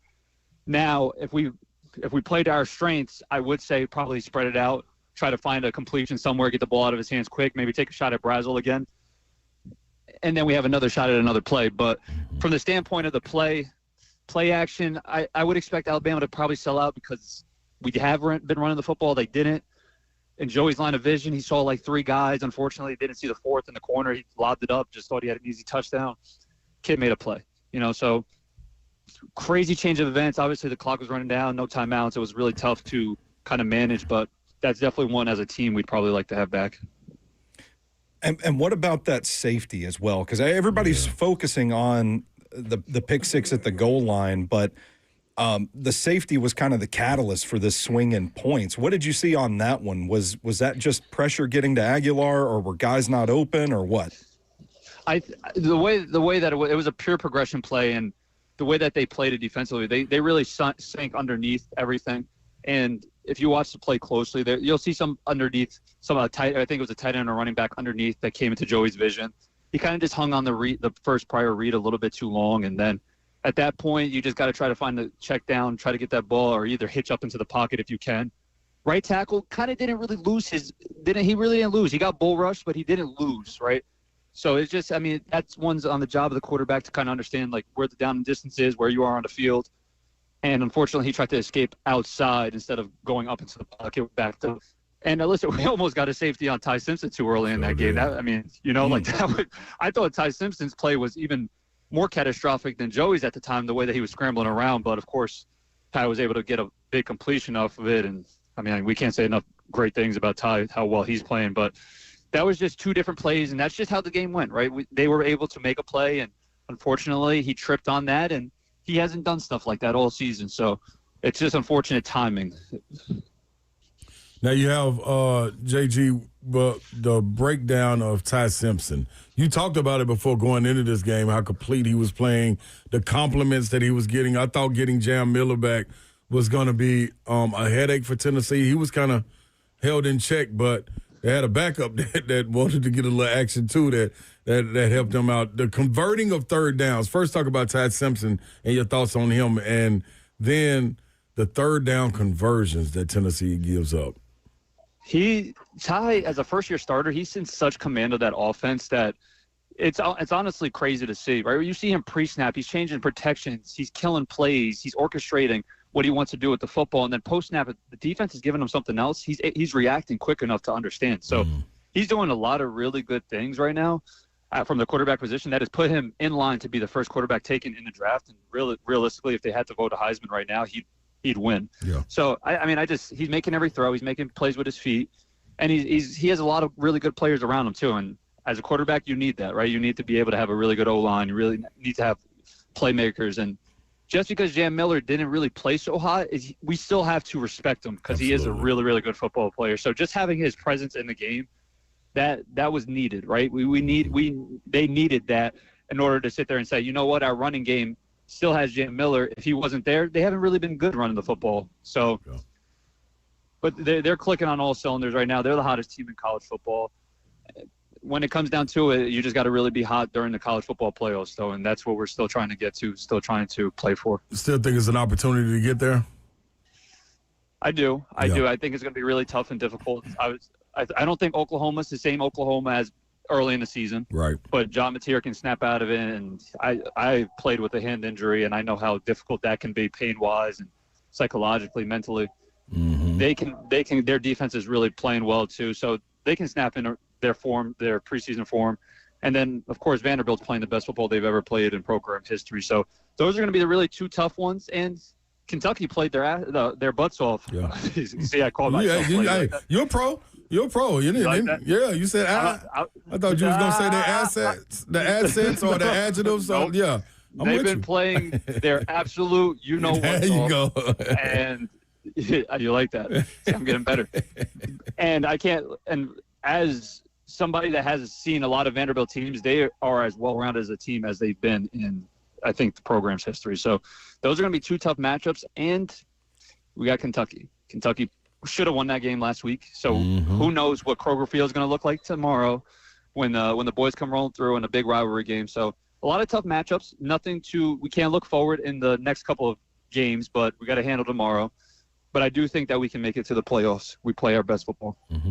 Jared, I got one more question about this Alabama game, if I can work it in before we talk Kentucky. It seemed like Alabama offensively was able to make big plays when they got their guys in space, either getting open downfield or perimeter runs, that sort of thing, and kind of asking the Tennessee defense to come tackle these guys. Is there any part of you that is concerned that is something other teams can do in the future and find success against the Vols defense, or do you just chalk this up to Alabama having some dudes at the skill positions? No, I think that this has been a level of concern for both of for our team as of recent. I mean, most likely the whole season. When you look at stemming back from the State game, that's where it became really evident. Yeah, we made a lot of plays defensively, but tackling seemed to be an issue. When you verse a team like Alabama, the amount of skill positions and the amount of talent on their team, of course, is going to be way difficult. But I did see us playing way tougher man-to-man coverage last week than we have in recent weeks. So that was a positive, and I really don't think that we played really bad football defensively. I think that was probably one of our better games. I understand how many points we let up, but that was one of our better games. When you look at it, how many points did the offense let up? 9. So realistically, we're sitting here at, 25 points the defense let up, or 24, whatever it was, 24, 25, 26, whatever it was. That's not that bad. For an Alabama team that's really good offensively, that's not as bad as what it could have been. Thoughts and keys walking into this Kentucky game. See, I'll keep you free on that one. I'll keep you free on that. Keep you free on that. That'll be my doing. But walking into this matchup, man, in the Kroger Field, like what are the thoughts? What are a couple of keys that Tennessee you would like to see Tennessee execute on going into this? Biggest thing I believe is we got to win the turnover margin. This is a big week. Of course, last week we were versing a team that had one of the best turnover margins in all of college football. So going into this one, we got to win this turnover margin. We have to stop the run. They said that their starting running back is questionable going to the game. He's kind of like a game-time decision. He's probably their best football player on their team. We have to protect the quarterback. That's something that we didn't do as well last week, but we have done season. So could be an anomaly, could be something that just happened last week, and it's not really the identity of our team. So, but we have to get back on track with that. And the last thing I would say is we have to go 1-0. Yeah. We can't look our eyes forward at Oklahoma and think about the big home game coming up and how the stadium's going to be rocking. And I'm excited. First of all, I'm trying not to look forward. I'm excited. I'm going to be in town, so I'm really, really excited. But I'm trying to focus just on this Kentucky game, and that's just going to be the biggest thing right now. There's a lot of noise around Knoxville, especially after the loss, especially after losing our baseball coach. There's a lot of negativity. We just got to make sure that we go 1-0 this week, handle our business, And then we have, of course, the big matchup next week with John Mateer and the boys. Well, guess what, JG? We look forward to this matchup with Kentucky and probably sending Stoops on his way. Outside of that, the Oklahoma, hey, I'm gonna be looking for you. I'm gonna make sure I'm in town. Make sure you stop by the tailgate before we go in, man, and enjoy this raucous Neyland Stadium and people, throwing down the Boo Birds on old Oklahoma, man, and getting some good get back for Josh Heupel coming home. Yep, we got to share some waters. Maybe mix some waters with moonshine a little bit. We got to do mainly waters though, Pete. Yeah, mainly waters. We're making time of it, man. Man, appreciate you coming in. We'll talk to you next week, brother. Appreciate you. You guys are the best. See you, bro. All right, man. Y'all go follow my guy, man, at Jay Garantano on social media, and make sure you check him out and follow his YouTube channel and subscribe, because it's a hell of a breakdown. Quarterback perspective right there, man. Your thoughts? You feel the same on Ty Simpson? I haven't asked you about that. What you think about Ty Simpson? Yeah, I think this is a guy that is really coming to his own. Mm-hmm. And going into the season, I don't think Alabama fans were very confident. Yep. It kind of felt like there was a certain sect of the fan base that was saying, well, this guy might be more suited for this offense that Kalen DeBoer wants to run. Yeah. But then you just watched a playmaker like Jalen Milroe leave town, and you're kind of like, I know he had his detractors, but you're kind of like, where's the playmaking ability gonna come from? Yep. I don't think Ryan Williams looked too hot to end the season last year, and so it was a question mark. And he has come in and really taken command of the offense. Yeah, that's the word. And I think that is the most impressive thing. That's what has NFL scouts watching this guy and saying, hey, he can make a push for the number 1 overall pick. That's right. Because of how well he operates this system. And that's such a big component of NFL draft evaluations right now, because you get these guys that come in from these offenses that take time to develop. Yep. Well, here's Ty Simpson that is making every NFL throw in the book. He's operating the offense at a high level. That's what has his stock skyrocketing right now. Man, dude, you said a mouthful with that one. And that command word, that's exactly what I felt watching him play that game. Him talking after in the post game, him before the game, leading up to it, just his comments in the press, and giving it's no bulletin board material. Not like he's trying to shy away from it, but just actually saying what it is. Like, this is a good team. We're not taking them for granted or anything. And then being able to go out there and keep those weapons happy, man. Isaiah Horton, even though he had one pass that we caught, it was a big one for a touchdown. Yeah. Bernard, and still keeping Ryan Williams in the fold, like a young guy that didn't, like you said, didn't end well last year, but keeping him knowing the potential that he has, man, that's big time. So salute to him for that, man. Ty Simpson, you really getting everything you earned. So we'll come back, man, and we'll dive into a little bit of this Vols versus Duke basketball game that's supposed to take place Sunday up on Rocky Top. This is Home Alone Radio.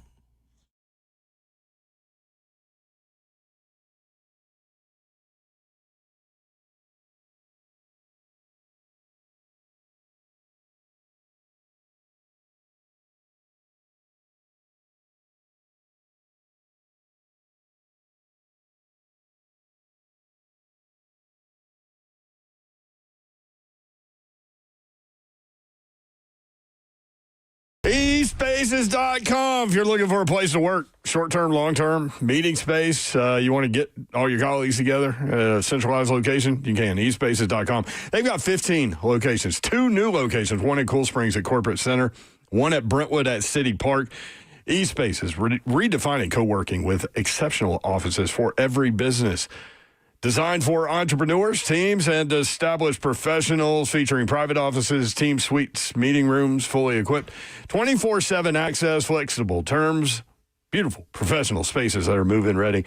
Whether you're scaling up or just getting started, eSpaces provides flexibility without compromise. Want to check it out? It's easy. Tours available now.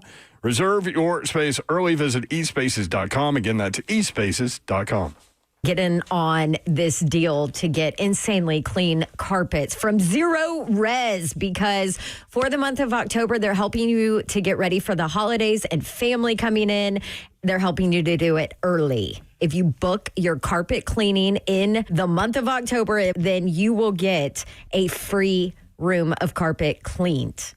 Yes, Zero Res helping you out there. So don't waste your money on another carpet cleaner. Zero Res is the best. I've had them clean my carpets numerous times. Carpeted rooms only cost $45 per room all day, every day. And this month only, ask for a Dawn deal. Your first room is free from Zero Res. Check them out, ZeroResNashville.com. Call 615-535-9376. It's spelled the same forwards or backwards. That's Zero Res at ZeroResNashville.com.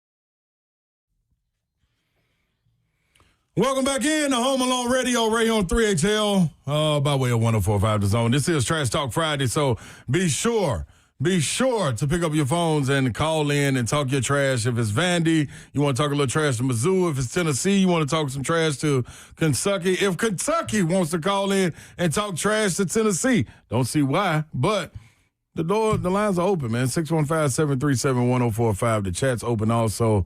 Facebook, YouTube, Twitter, and Twitch. Twitch, please. You can always get there with us. The lines will be open throughout the rest of the show. We are dialed in with you. And, yeah, we hitting on it all, man. We're going to talk about breakdowns. We're going to talk about games. We got parlays. We got Stoney's bets. Don't forget about our also a Halloween story. I think I got a Halloween story that I'd like to share. It was about my first haunted house. Oh, my first haunted house experience. I can't do haunted houses. Yeah, this probably is the reason I can't either. I got one of those stories too. I don't know if I can share it. I'm just saying, man. Been asked to leave a haunted house and not come back. Oh, really? So What you end up doing, Stoney? Hey, man. Fight or flight, man. Fight or flight. It comes on in those situations. It does. Instinctively, it does. Yeah. Man, the Vols taking on Duke up in Rocky Top. It's going down. Coach Shire bringing his Duke Blue Devils to Tennessee against the Vols and Rick Barnes. And you have two guys, the Boozer, I forgot Boozer's first name, but his son, one of the Boozer twins versus Nate Ament, top 5 matchup as far as draft goes. It's going to be interesting to watch the physicality that this game will show as far as the front court for Tennessee versus the young front court of Duke. I think Coach Shire for Duke did a terrific job as far as getting the schedule situated where they won't have games that they have to depend on in the ACC to kind of toughen them up and be the benchmark for what it's like being in a tournament. You know what I'm saying? You get it early on by playing matchups like this, and this doesn't go against your record. So much more for Tennessee to show with Jacoby Gillespie, Nate Ament, just what he has, Rick Barnes in this front court. Like, you saw the formula for winning the national championship. And as a big man speaking on it, guards win tournaments, no ifs, ands, or buts about it. But then the front court that Florida had, I thought to be able to rotate 4 guys was second to none. And the team behind them, Houston, was able to do the exact same thing. So I thought Tennessee looked at that and said, that's the way we need to roll. And you got a totally different threat in Jacoby Gillespie than Zakai Ziegler when it comes to scoring. There you go. There's your college basketball breakdown, because you had me on today and nobody told me we were talking about college basketball. I might have watched some college basketball. It's on the rundown. You just handed to me. Yeah, you're right. I did. Just handed it to me. But let me tell you this, though, Stoney. This is the thing. With Coach Barnes, you had 2 Elite 8 runs back-to-back years. What does it take to get you over the hump? His best recruit probably was Kevin Durant ever. I ain't even going to say probably, if no ifs, ands, or buts about it. The closest thing to him that he's had at Tennessee would be this young man, Nate Ament. 6'10", long, can put it on the floor. He's strictly, for real, a 2-guard, even though Coach Barnes will be able to have him handling the point a little bit. Can go down there, put his back against in the post, get a turnaround jump shot. But he also has protectors. So it's going to be a really, really good test for this young guy. And you finally have a guy in a point guard. No knock to Zakai, because to me he was all world. It's the best point guard that Tennessee's ever had in their history. And they've had some dogs. Yeah, you know what I'm saying? So, but with Jacoby Gillespie coming in, he reminds you of someone like Walter Clayton Jr., who went on the run for Florida last year and ended up getting drafted. But I think Jacoby Gillespie, man, the way he can score, if you get the ball and get in a tight situation and you got to get a bucket, it's move, get out the way, give him the ball, let him go to work. Because he's never looking at the defender that's in front of him. He's always looking at the help side guy, and then his shooting range is out of this world. So I think this is something that Tennessee hasn't had, Rick Barnes hasn't had as far as a point guard goes, even with guys like TJ Ford, who was a dog at Texas for him. But this young man, Jacoby Gillespie, a veteran, a senior that's been through the fire with Maryland, started here at Belmont, went to Maryland, took them to an Elite 8, if I'm not mistaken, at least Sweet 16 for sure, with other guys that have played pro, and then coming back home, knowing what he's playing for.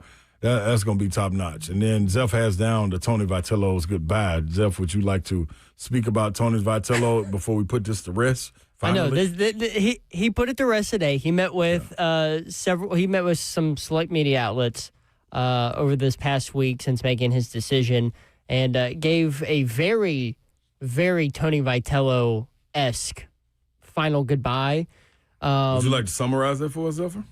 I couldn't because it's uniquely him. You have to go read it. Okay. You can either go to Go Vols 247, Rocky Top Insider, VolQuest, or Knox News, the Knox News Sentinel. Those 4 outlets had the exclusive final interview with Tony Vitello as he leaves Rocky Top. Mm-hmm. He opened this interview by saying, "By now, you all know I officially accepted a position to go babysit Drew Gilbert." And wow. That is the most Tony Vitello quote That was good. in that whole thing. He also said that he hopes he's not turned into Lane Kiffin 2.0, which if any Vol fans think that this is the same situation as the Lane Kiffin situation, you're crazy. There's an opportunity this man could not give up. And it was the biggest. Most baseball guys are jumping at this instantly. He took multiple weeks to just mull this over, and he literally did not have a decision until Wednesday. He met with his team 3 times, is what he told those outlets, and each time, like, they were encouraging him to go.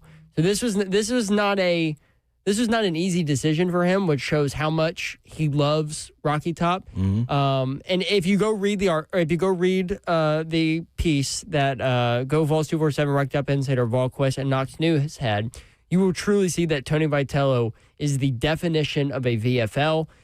He actually gives out 9 reasons why it's great to be a VFL, and he says if you guys can think of a 10th, then so be it. Well, Tony Vitello, the 10th is you. You're the 10th reason why it's great to be a VFL. It's very sweet of you. That was just heartfelt. That was everything. Is there a tear in his eye? Yes, I cried. No, I'm not going to lie. Single tear trickling down his cheek. I may or may not have cried reading that goodbye. Hey, man. Look at that, Tony V. You touched my guy right here. You touched Zeph, man. And his soul, his heart. Forever a volunteer. That's it. So VFL for life. Hey, when we come back, I got a question for Stoney as we open up the phone line, 615-737-1045. It's about Clark Lee. We know what the Diego Pavia hoopla is all about, and it's warranted. But I got a question about Clark Lee, man. Just hold your horses till we get back. Can't wait. Okay, there it is. This is Home Alone Radio.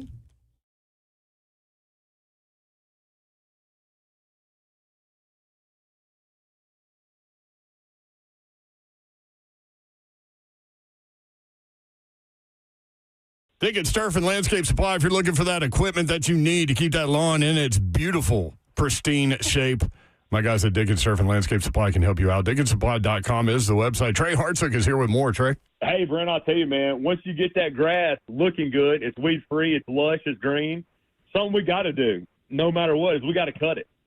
And at Dickens Supply, we have the best brands in the industry, whether it's Toro, Ferris, Snapper, Wright, and on the 2-cycle side of things, Echo, Shindawa, Steel, Red Max, buy where the pros buy. There's a reason that when you see the trucks rolling through, they're professional landscape contractors. They have certain brands on their trucks that they trust to put food on their table. At Dickens Supply, we sell those brands right here. Whether you have 0.3 of an acre and you're a weekend warrior that wants to get it done, or you're a professional landscape contractor, we have the equipment that you need to get that stuff taken care of. So if you got any questions about mowers, we can sell them, we can service them. If yours breaks down, we can work on it. So we're full shop when it comes to the service side of things, and we love to sell you new ones. So if you got any questions whatsoever, please give us a shot on your next equipment purchase. We're conveniently located in Auburn, Middle Tennessee.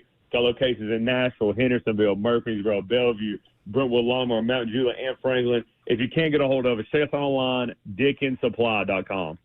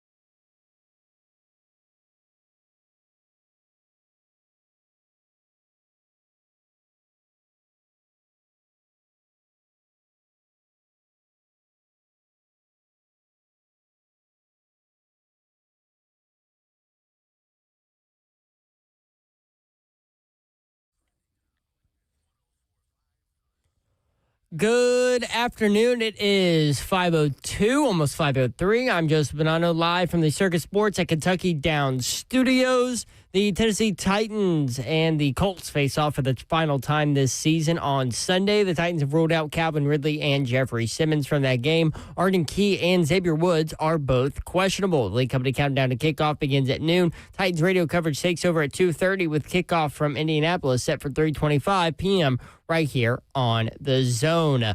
In NFL news today, a couple of wide receiver injury notes for this weekend as you get ready. Eagles wide receiver A.J. Brown and Texans wide receivers Nico Collins and Christian Kirk have been ruled out for Sunday's games. In college football this weekend, number 10 Vandy will host number 15 Missouri. College game day on site. Kickoff at 2:30 on ESPN. Number 17 Tennessee is heading to Lexington to face off against Kentucky, as Ron Slay would say. Kickoff is at 6:45. You can catch the Vol Network coverage of the game right here on The Zone. Some Tennessee baseball head coach searching news. Kevin Schnall, the head coach for Coastal Carolina, who in his first year as head coach led Coastal to the College World Series finals, is expected to interview for the head coaching job. For our foundation repair, whatever needs, you need to visit USSTN.com. Breaking news at once on your home for the Titans and Vols. This is 104.5 The Zone.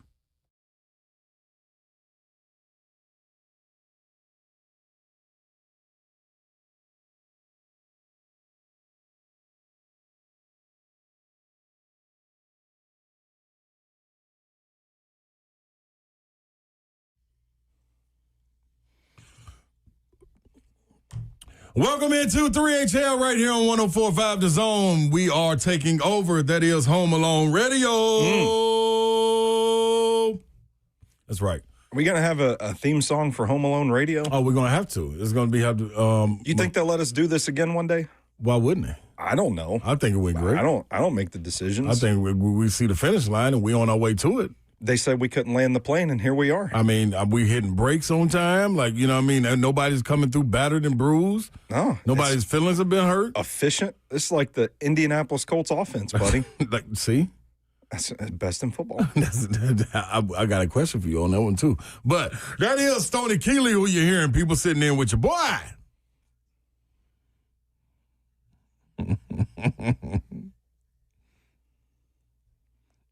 I love this.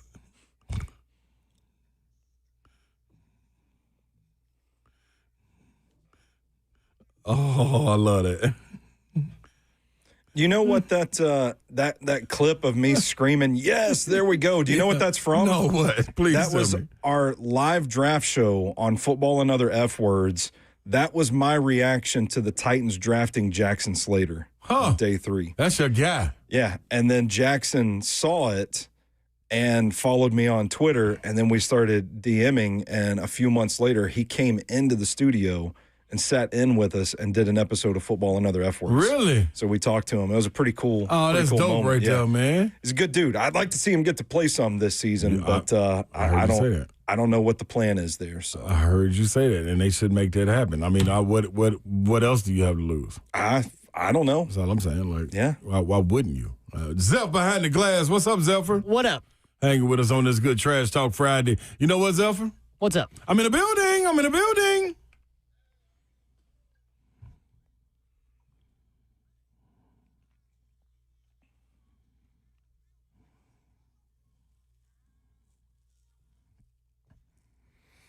All right, man, it is Trash Talk Friday. We told you this last hour is all yours. 615-737-1045. Call in with your trash talk. Call in with your thoughts on the Titans. We're going to cover that a little bit later. But it's a big thing going on West End, man. And ESPN Game Day pulled up for this. The big dogs came out. I was looking at the McAfee show today, and Nick Saban was sitting right there, and he said out of his own mouth, you know what? I'm jumping on the bandwagon. I picked against Vanderbilt over and over and over again. He's putting a stop to it right here. He likes what he sees. He likes that they're pouring into it like we talked about. We alluded to that. But my question about that, pouring into Vanderbilt, we know who Diego Pavia is. Last game against LSU, you saw him in the end zone, hit the Heisman to let people know, hey, I ought to be on your radar. You see what we're doing? Yeah. With that being said, Man, if everything stopped right here today, I love what the boys doing at Alabama, but Coach of the Year goes to Clark Lee. Do you feel Clark Lee's getting his just due? I don't think you're wrong about that, first of all. I think Clark Lee, I mean, and I think you put Curt Cignetti, what he's doing at Indiana, in the conversation. Very much so.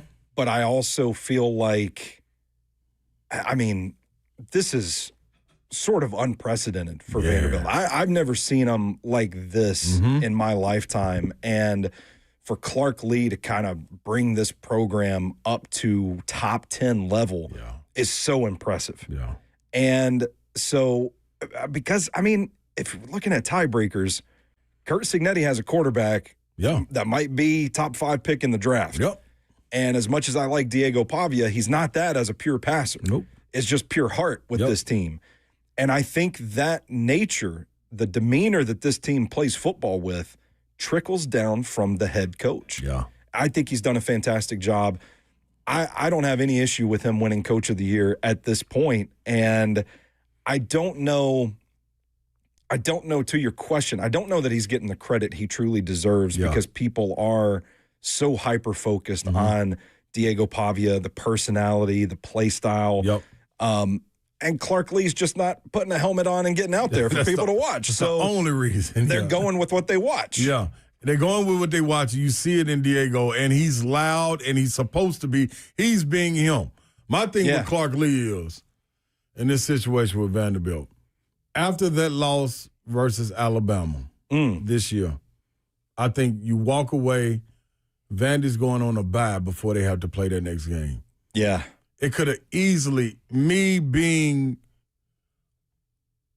a fan of the game and watching Vanderbilt play, I could have easily said, you know what, man, this has been a good run for Vandy, dog. Like, man, what they did last year, leading into this year, like that Alabama game, man, they went out there and fought. They had their chance. Pavia threw it away 2 times in the red zone. That kind of did it.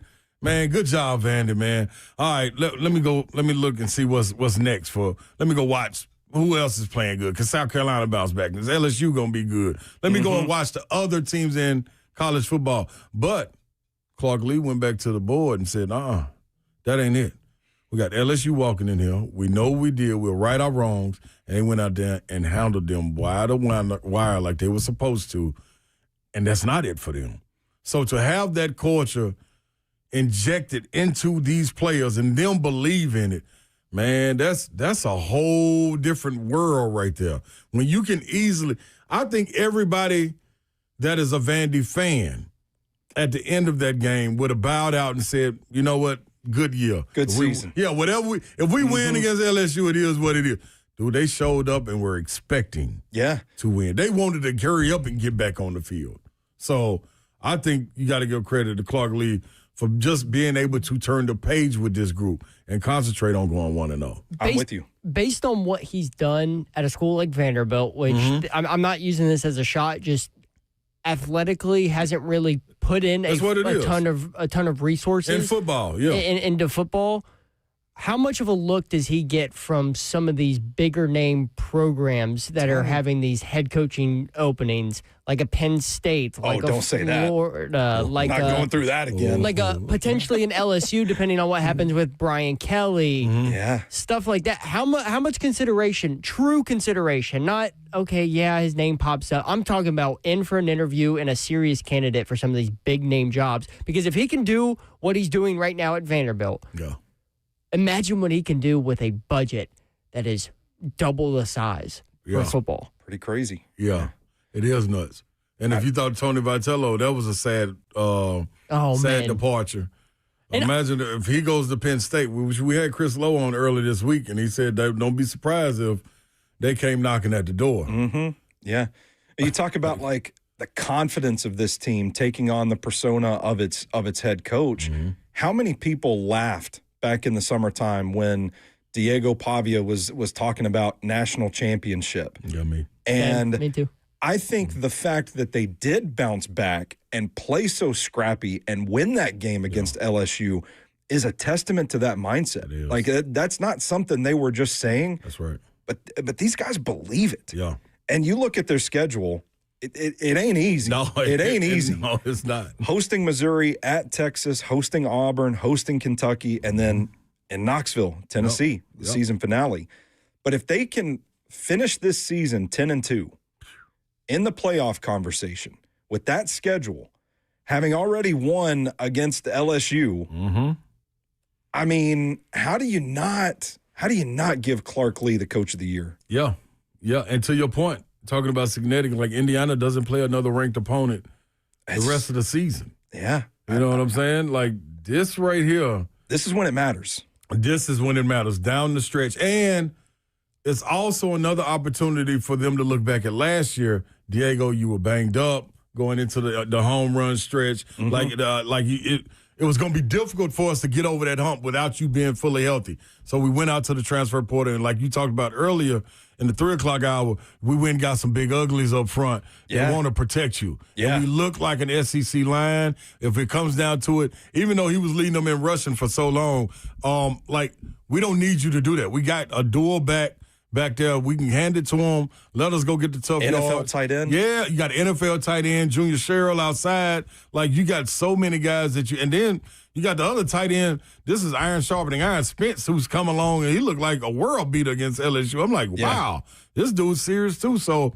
you keep Diego healthy and the sky's the limit. So you got everything out in front of you. These next 2 weeks, man, this is huge. You talking about setting the plate.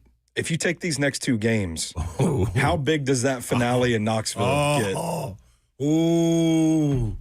Do you if they do that, do you see Vanderbilt maybe starting to come together and thinking, okay, contract extension time, we got to keep this guy? I'd already be on it. I would too. Like a Kurt Signetti, type of situation. Like, we are not letting this guy go. Yeah. There's no, if he can do this right now, imagine what happens when Vanderbilt puts money into that program more than they are right now. The state of that roster a couple of years ago to what it is now, and to create the culture, like the time he spent there, now that's firmly implanted over there off West End. Yep. This is a commendable job. It is. And, absolutely. And I don't know, I mean, to Joseph's question, like, I don't know that I'd risk waiting. Right. Because you're already talking about Penn State sniffing around. Yep. I mean. And you got to think these schools are getting rid of coaches mid-year. Like, this used to be right before the season ended or going into bowl season. Then coaches be gone and guys will get on the phone. That's not the case anymore. They know how to get out ahead of it and start knocking on the door if you're not going to go and extend them. And, man, I think you got to, boy. Good gosh. You throw everything in the kitchen sink at Clark Lee to make sure he stays put, which him being at his alma mater and him having the vision for this and be able to carry it out, that's top notch. So, it's going to be interesting to see. Let me ask you this.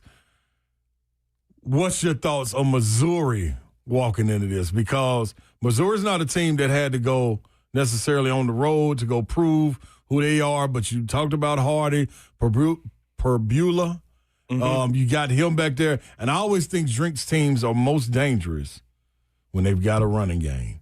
And they've got a running game right now. They've got a running game. And that's the area, I think, if you look at this matchup, I think that's where you kind of worry about Missouri because they are going to be able to run the ball. Right. They got a pretty decent defensive front that can get after the quarterback. So if Diego Pavia starts scrambling a little bit, they got guys that can contain him. Yep. And so that's not a great matchup for Vanderbilt. I think it's going to be one of those that they really got to play clean and they've got to make some plays. Yeah, they do have to make some plays. And let's not get it twisted.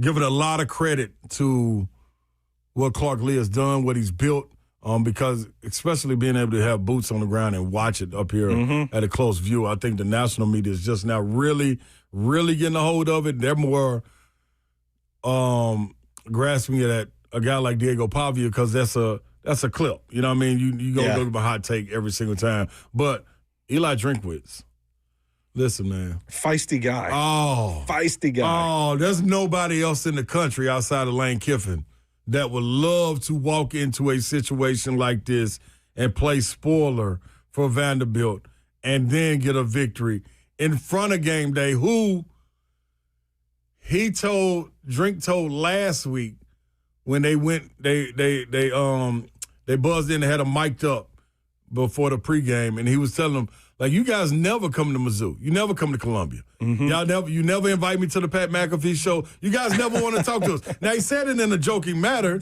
but coming into this game this week, his whole thing was like, okay, we finally get to be on game day. Yeah. You know what I'm saying? And it's as a visitor, you know what I'm saying, as an underdog. So if it's one person that'll put a feather in their cap and try to play spoiler, it's Drink. And you got to remember also, with that Florida job opening up, these jobs like Arkansas, you got the Penn State job, and whatever else opens on the horizon.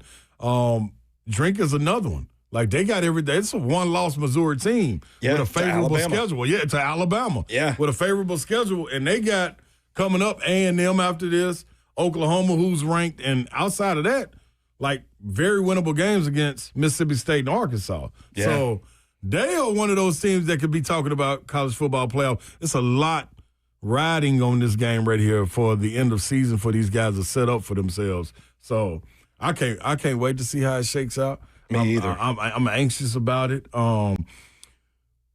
Who's your winner in this game, Stoney? I feel like I'm going to ride the Vanderbilt wave in this one. I think I'm going to ride the wave because I feel like they've got that it factor. Yeah. They've got that heart, and I think it's going to be a tough, uncomfortable matchup, but I think they're going to take it. Okay.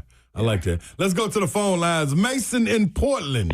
Mason, what's happening, man? How you feeling about this Vandy Missouri matchup? Game day in the building. I feel pumped. You know, it's Yes, just sir. like, it's unreal. I went to the first one when it was in 2008 against Auburn. But I was just wanting to say I love the show. I am a fan. I'm a big fan of Vandy, and I'm going to game day and the game tomorrow with my family and my brother. Hey, I love that, man. I went to the game last weekend too, but I hope hope Vandy gets the win tomorrow. Mason, let me ask you this before you go, man. Has there been anything? Has this season been anything like you thought it would be? As far as I understand the wins, but the accolades as far as the rankings and things, like seeing that top 10 beside your name, how good is that for a Vanderbilt fan, man? It feels good, honestly. If I'm gonna be honest with y'all, I'm just gonna be this type of fan. I thought that we were gonna honestly win about 3 games this year. Yeah. If I'm being really honest. Hey, you ain't wrong, because that target is on your back bigger from last year. Like, I'm with you. I hear you. But that's good, man. You going to enjoy that game, man. Don't come out of there with a voice. You're supposed to be hoarse when you leave, dog. Enjoy it, dog. This is what it's about, man. I got you, Say. Thanks, buddy. No doubt. Salute, bro. Hey, man, that's the feeling right there. Isn't that the cool thing about sports, too, man? It's like you hear stuff like that, and it's like so happy for people. Yes. Yeah. And this how, listen, not to take a jab at it, but this is how I felt, what was it, 22? When we finally beat Alabama, it was like tearing the goalpost down. All right, dog. All right, this the Tennessee I knew. Come on, man. Yeah. I've been telling people. Everybody been thinking it was a what is it? A tall tale. Like this. No, Tennessee can play football, dog. I know it didn't look like it before, but this is who we knew, man. It's an all-timer. That was an all-timer. I remember it well. Guess what, man? We'll be back. We'll hit on this Titans-Colts matchup. We'll go to the phone lines. And don't forget the parlay is coming up. And Stoney's locked for the weekend. Let's get to it. This is Home Alone Radio.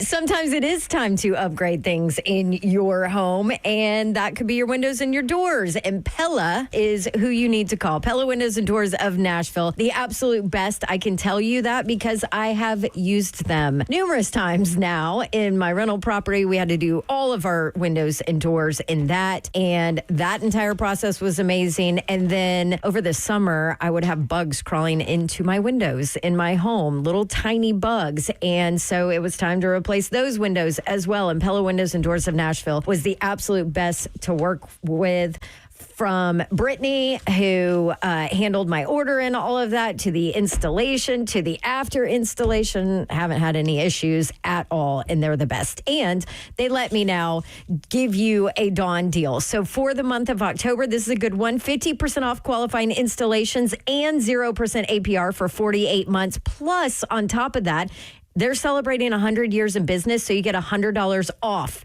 each window or door that you order. Schedule a free consultation, have them come out, give you a quote, check it all out, tell them to give you the Dawn deal, and you can easily do that online. Here's your website, PellaNashville.com. United Structural Systems, USSTN.com. This is a foundation repair and waterproofing company that has been serving the Middle Tennessee area since 1994. They are the best with regard to foundation repair and waterproofing. If you're having those issues, again, USSTN.com. When it comes to large home repairs, a lot of times homeowners pretend you don't want to see the warning signs. Maybe you're afraid of what you're going to hear. This is especially true with waterproofing and foundation repair. Could be something big that needs to be fixed. It could be a small problem now that will become bigger, or it could just be nothing. Bottom line is you don't know what you don't know, and you certainly don't want to be sold something that you don't need. Over 30,000 100% satisfied residential customers. Homeowners trust USS, keeping homes dry and stable. We guarantee our best. Call USS 615-488-7855. USS, serving Middle Tennessee, Southern Kentucky, and Western Kentucky. Online at USSTN.com.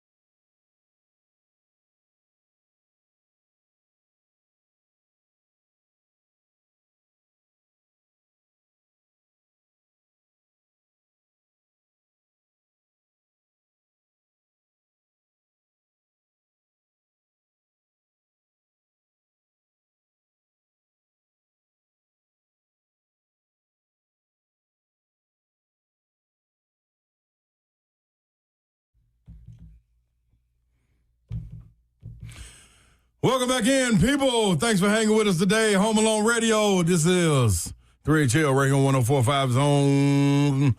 We've been rocking. We've been rolling. It's Trash Talk Friday. We've had people call in, Vandy supporters. Love to hear you guys call in. Right now, just a little update since we were on college.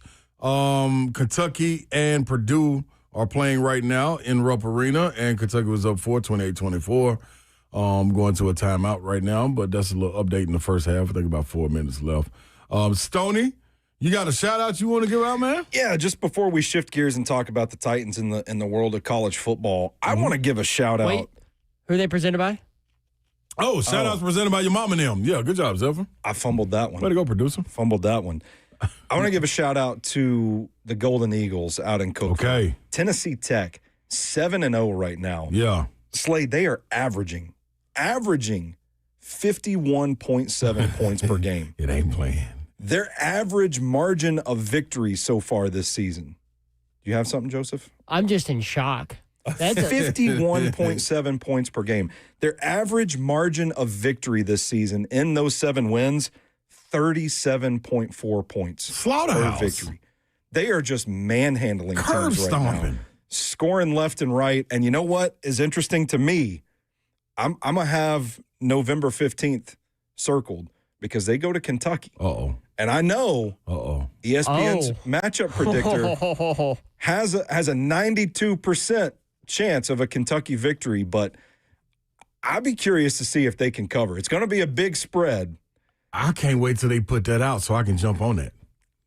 I'm jumping on the points. If it's a big spread, I'm taking Tech. I just want to give a shout out to Tennessee Tech, man. They're floating right now. What do you think the spread in that game will be?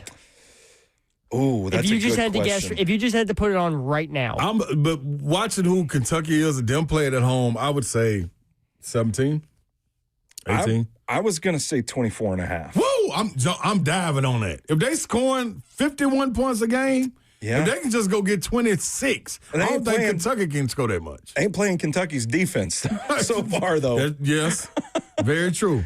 But, man, I don't know if – man. Well, to your point, though, look back at how Kentucky played Toledo to start the season. That was, what, an 8-point game? Yeah. So, I don't know. I mean, there might be something there. I just think that's going to be an interesting matchup, well, the way this Tech team's playing right now. So, shout out to the boys in Cookville. Yeah, don't roll me with a good time. I'm here for all of that. So yeah, appreciate that, Stoney. Yeah, hey man, if you got shout outs you want to give, call in.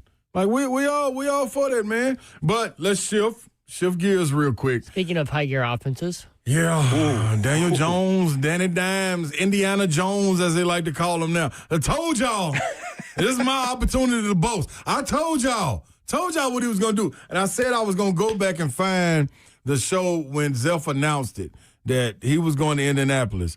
I said, man, boy, we are in trouble. We're in trouble. Because I kept on saying, if you get this man a competent coach and an offensive line, watch what he does. He's playing like that because they're bad. Yeah. Well, listen, I'm with you, man. Every time I brought up Daniel Jones as an option for this Titans team, I just got blank stares. Yes, people just looked at me like, you're crazy. I'm like, this guy, and he is a precision passer. Yeah. You give him the ingredients, he can cook. Yeah. So and he's got the ingredients right now. We talked about them earlier in the show. Now let's shift to the Titans. Yeah.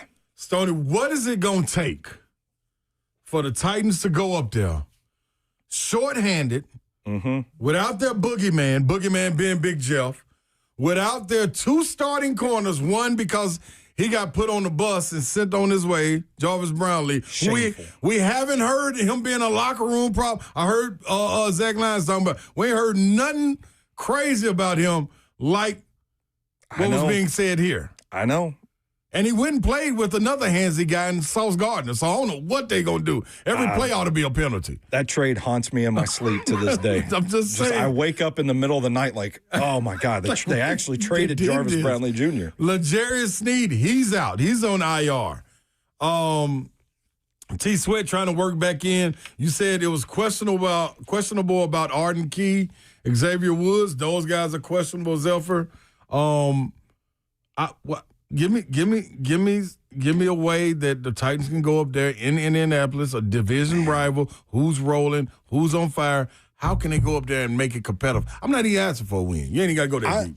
I think they have to do some things they've shown us they're not committed to doing. Okay. I think they've got to get outside the box. You got to stay committed to the run. Okay. Because if you're going to try, they have 12 rushing attempts. 11. Including a Chimdike. Oh, the Chimdike. The Chimdike reverse, which it was 12. That's in the first game against the Patriots. That's not commitment to the run game. No. And they had some pretty good, successful runs in that game. And I felt like they got away from it just far too quickly. But the way this Colts defense plays, like Lou Anarumo, he ain't even like dialing up a bunch of exotic pressures right now. They want to rush 4, drop everybody into coverage. You've got to take advantage of that.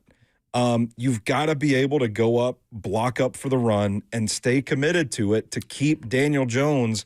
Who would have thought we'd be saying this in October? Right. You got to keep Daniel Jones on the sideline. Yeah. But that's the way this Colts offense is operating, like a well-oiled machine. So you've got to keep them at bay however you're equipped to do it. Yeah. In the passing game, I mean, they're going to have to throw outside because that's the only weak spot on this Colts defense from a personnel standpoint. Yeah. They've got some safeties, defensive backs that they bring in that fly to the ball, that tackle well. The corners are where you can win the matchups. So you've got to hit those explosives and you've got to commit to running the ball. And we haven't seen the Titans do either so far this season. So it's kind of scary. It's funny. You were talking about the Colts offense, a lot of Daniel Jones, but I didn't hear a lot of Jonathan Taylor, who's having MVP, an enormous, monstrous season. 10 touchdowns. Yeah. He's got 3 games of 3 rushing touchdowns. It's crazy so far this season. So when I was looking at this game and coming up with our stuff today, I thought of a question because looking at the injury report, obviously the Jarius Sneed, what is going to be more dangerous for that Titans defense? Is it going to be Daniel Jones picking off that secondary that is down to Darryl Baker Jr. and Jalen Armour-Davis? Me, you, and Stoney. And Roger McCreary? They got planned. Or is it going to be Jonathan Taylor, who is, again, monstrous season, running against a defensive line that's got no Big Jeff?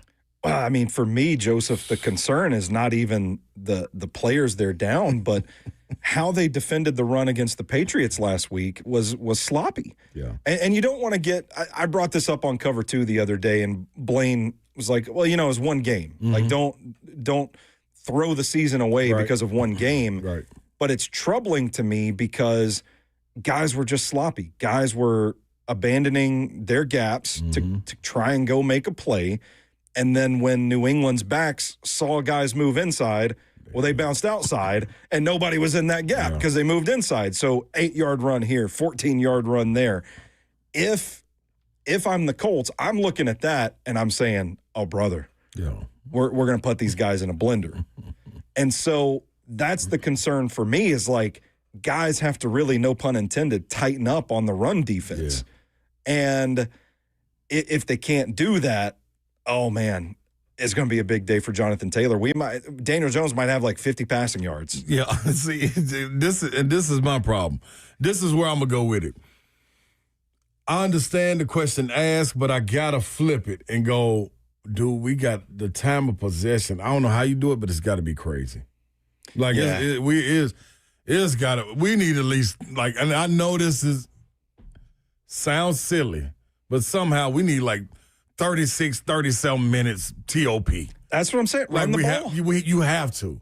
Like when you're about to get a first down, you're on 9 yards out of 10, just stop and take a knee so that you get that extra down. You can run those 30 seconds off the clock. Yes, you can. And I'm going to say, listen, this is why I'm telling you this, man. Like, in this situation that you have with the guys being down that we named, the starters on defense, and one working back in Devondre Sweat, the depth already was limited. Yeah. You know what I'm saying? So now it's even more limited. I understand you calling people up, you filling roster spots, this, that, and the other, but guys are not starters for a reason. Yeah. So imagine this defense, even if you're able to hold in the first half, at some point, and I think that's what happened last week, you started to wear down and you started to get sloppy. So while having limited help behind you, you start to take more chances. Yeah. So taking those chances, you start guessing. If you're guessing and I'm playing solid, fundamental football, I'm going to beat you out at some point. You might get me once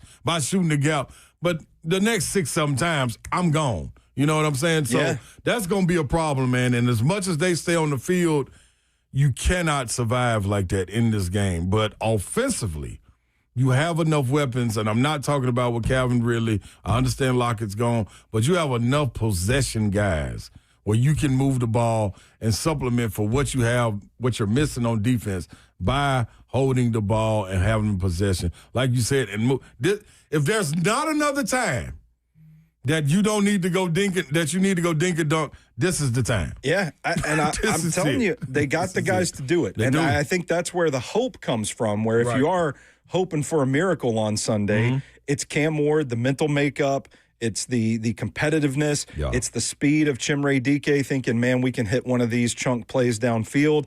It's Gunnar Helm underneath to move the chains. It's Alec Ayumanor, those contested catches, as long as he doesn't drop them. They have guys that can execute upon this style of offense. It's just going to take one of those efforts. To me, it seems like the stars got to align perfectly for them to be able to pull this thing off. They do. So, Sully, you're talking about the time of possession. It's got to be something crazy. So, do you know what game this season the Titans had their largest time of possession? I'm going to go. That's a good one, Zeph. That is a good one. Hold on. I don't want the answer to this, Zeph. Hold on real quick, because let me see. Was it Broncos? It was week 3 against the Indianapolis Colts. Oh, come on. I would have said Broncos too. They had 31 minutes and 19 seconds of time of possession in a game that they lost 41-20. Yeah, I mean, time of possession has not been their strong suit this season, which is part of the problem. Yeah.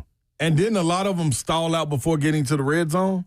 Or was that the game where slides start just missing kicks? I don't know off the top of my head, but they've had a couple of games this season where they ain't even made it to the red zone. Yeah, they ain't even made it. Yeah. You look at the box score and it's 0 for 0 in the red zone. Yep. That's tough. It is tough.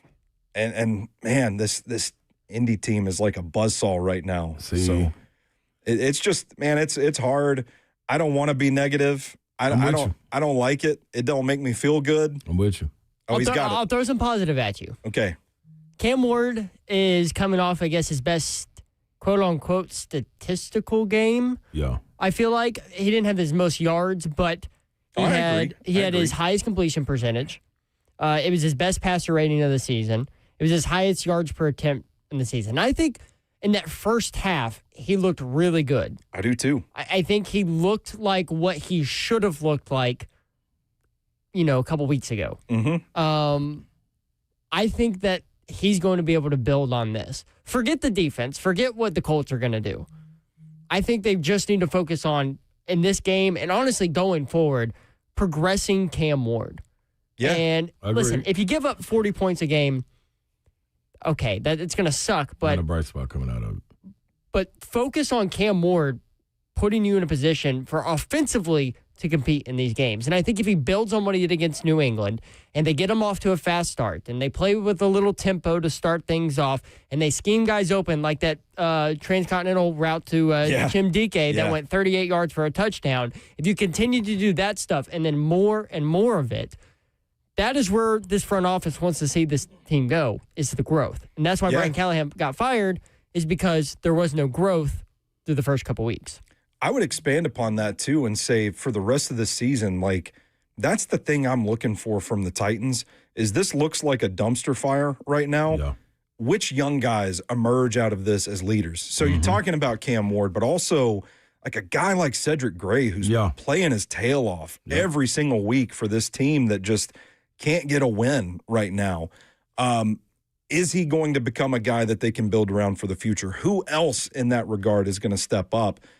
I'm kind of with Joseph on the message there. It's like watching how these guys grow over the course of the rest of this season. Yeah. You got to be successful going into the red zone. Looking at this matchup with the Colts early on, like Zeph said, the time of possession was won by the Titans, but the problem was the Colts were going 7 plays, 80 yards in 3 minutes and 42 seconds. The Titans were going 16 plays, 77 yards, 7:47, which is good. You need more. You need like 6 more of them. Even if you're getting 3. Even if you're getting 3, give me that right there. But you can't let these guys 6 plays, 67 yards in 4 minutes. 5 plays, 30 yards in 37 seconds. Like 9 plays, 77 yards in 4 minutes. Like that right there is what hurts, and it keeps that defense on the field. So I'll tell you this too. Like Daniel Jones is still throwing into coverage. Yes. He still has a reckless ball or two every game. Yep. It just hasn't come back to bite him just yet in the form of turnovers, pick sixes, that sort of thing. So, a little bit of hope. Mm-hmm. Maybe this is the game that you get that going. Yeah. Well, we'll be back to wrap this thing up, man. You got the parlay coming up, Stoney's Locks, and, yes, Trash Talk Friday. This is Home Alone Radio.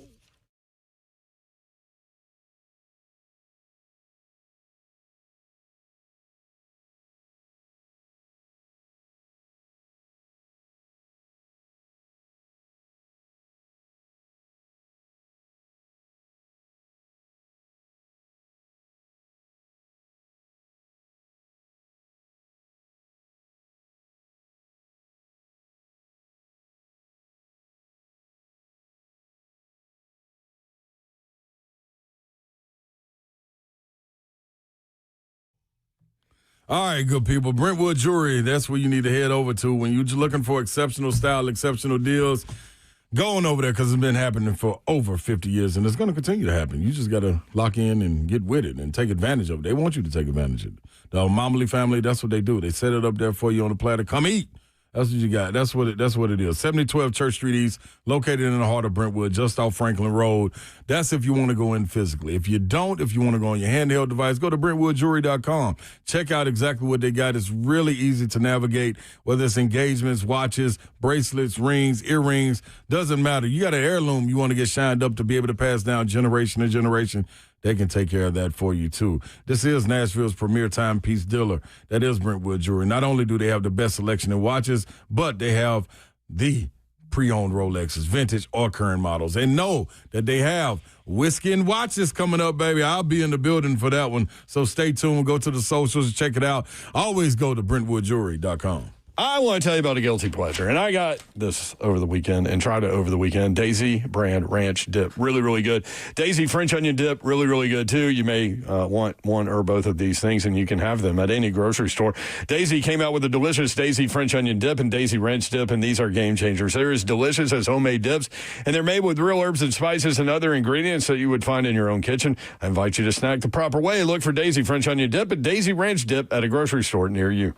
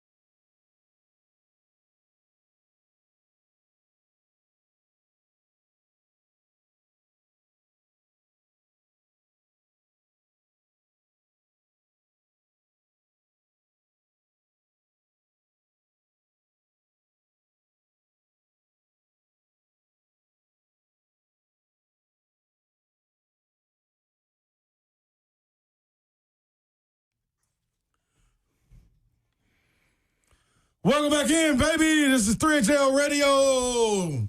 3HL Radio. That's a whole new name. Like, we just came up with a new show. 3HL Radio. That's Home Alone Radio and 3HL. What you think about that, Zell? I think both of you guys have done a fantastic job today. Thank you. Thank you, man. All right, so we're getting straight into this. We got a couple of minutes left. Trash talk left. We got Parsley left. Stoney, you got something you want to give the people as far as your locks, your bets for the weekend? You got anything you want to roll in with? Yeah, I got a 3-leg parlay. Oh, here we go. Drop one. Drop it. This is I like these anytime touchdown parlays. That's what I do. So okay, you're a prop bet guy. I'm gonna go 3 legs. Okay. Anytime touchdown. Colts Titans. Tyler Warren, Chimere Dike, and Alec Pierce. Ooh, back-to-back games for Chim. And that is I checked plus 54.11. So $1, which is what I do. I like my little scratch offs.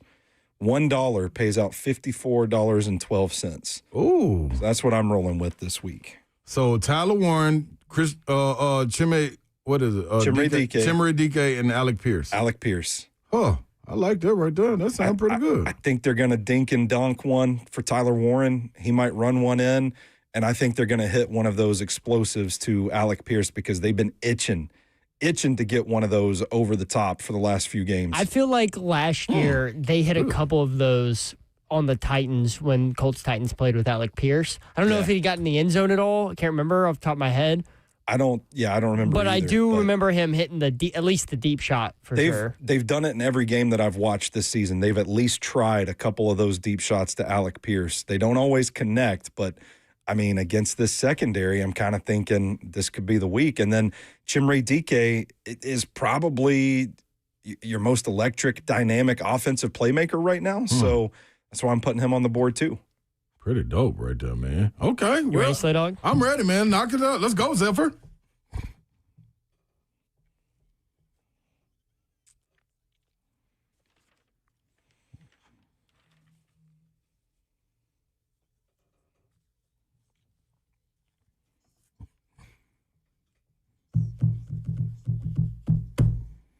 All right, this right here is a 7-leg parlay, people. Tap in right here.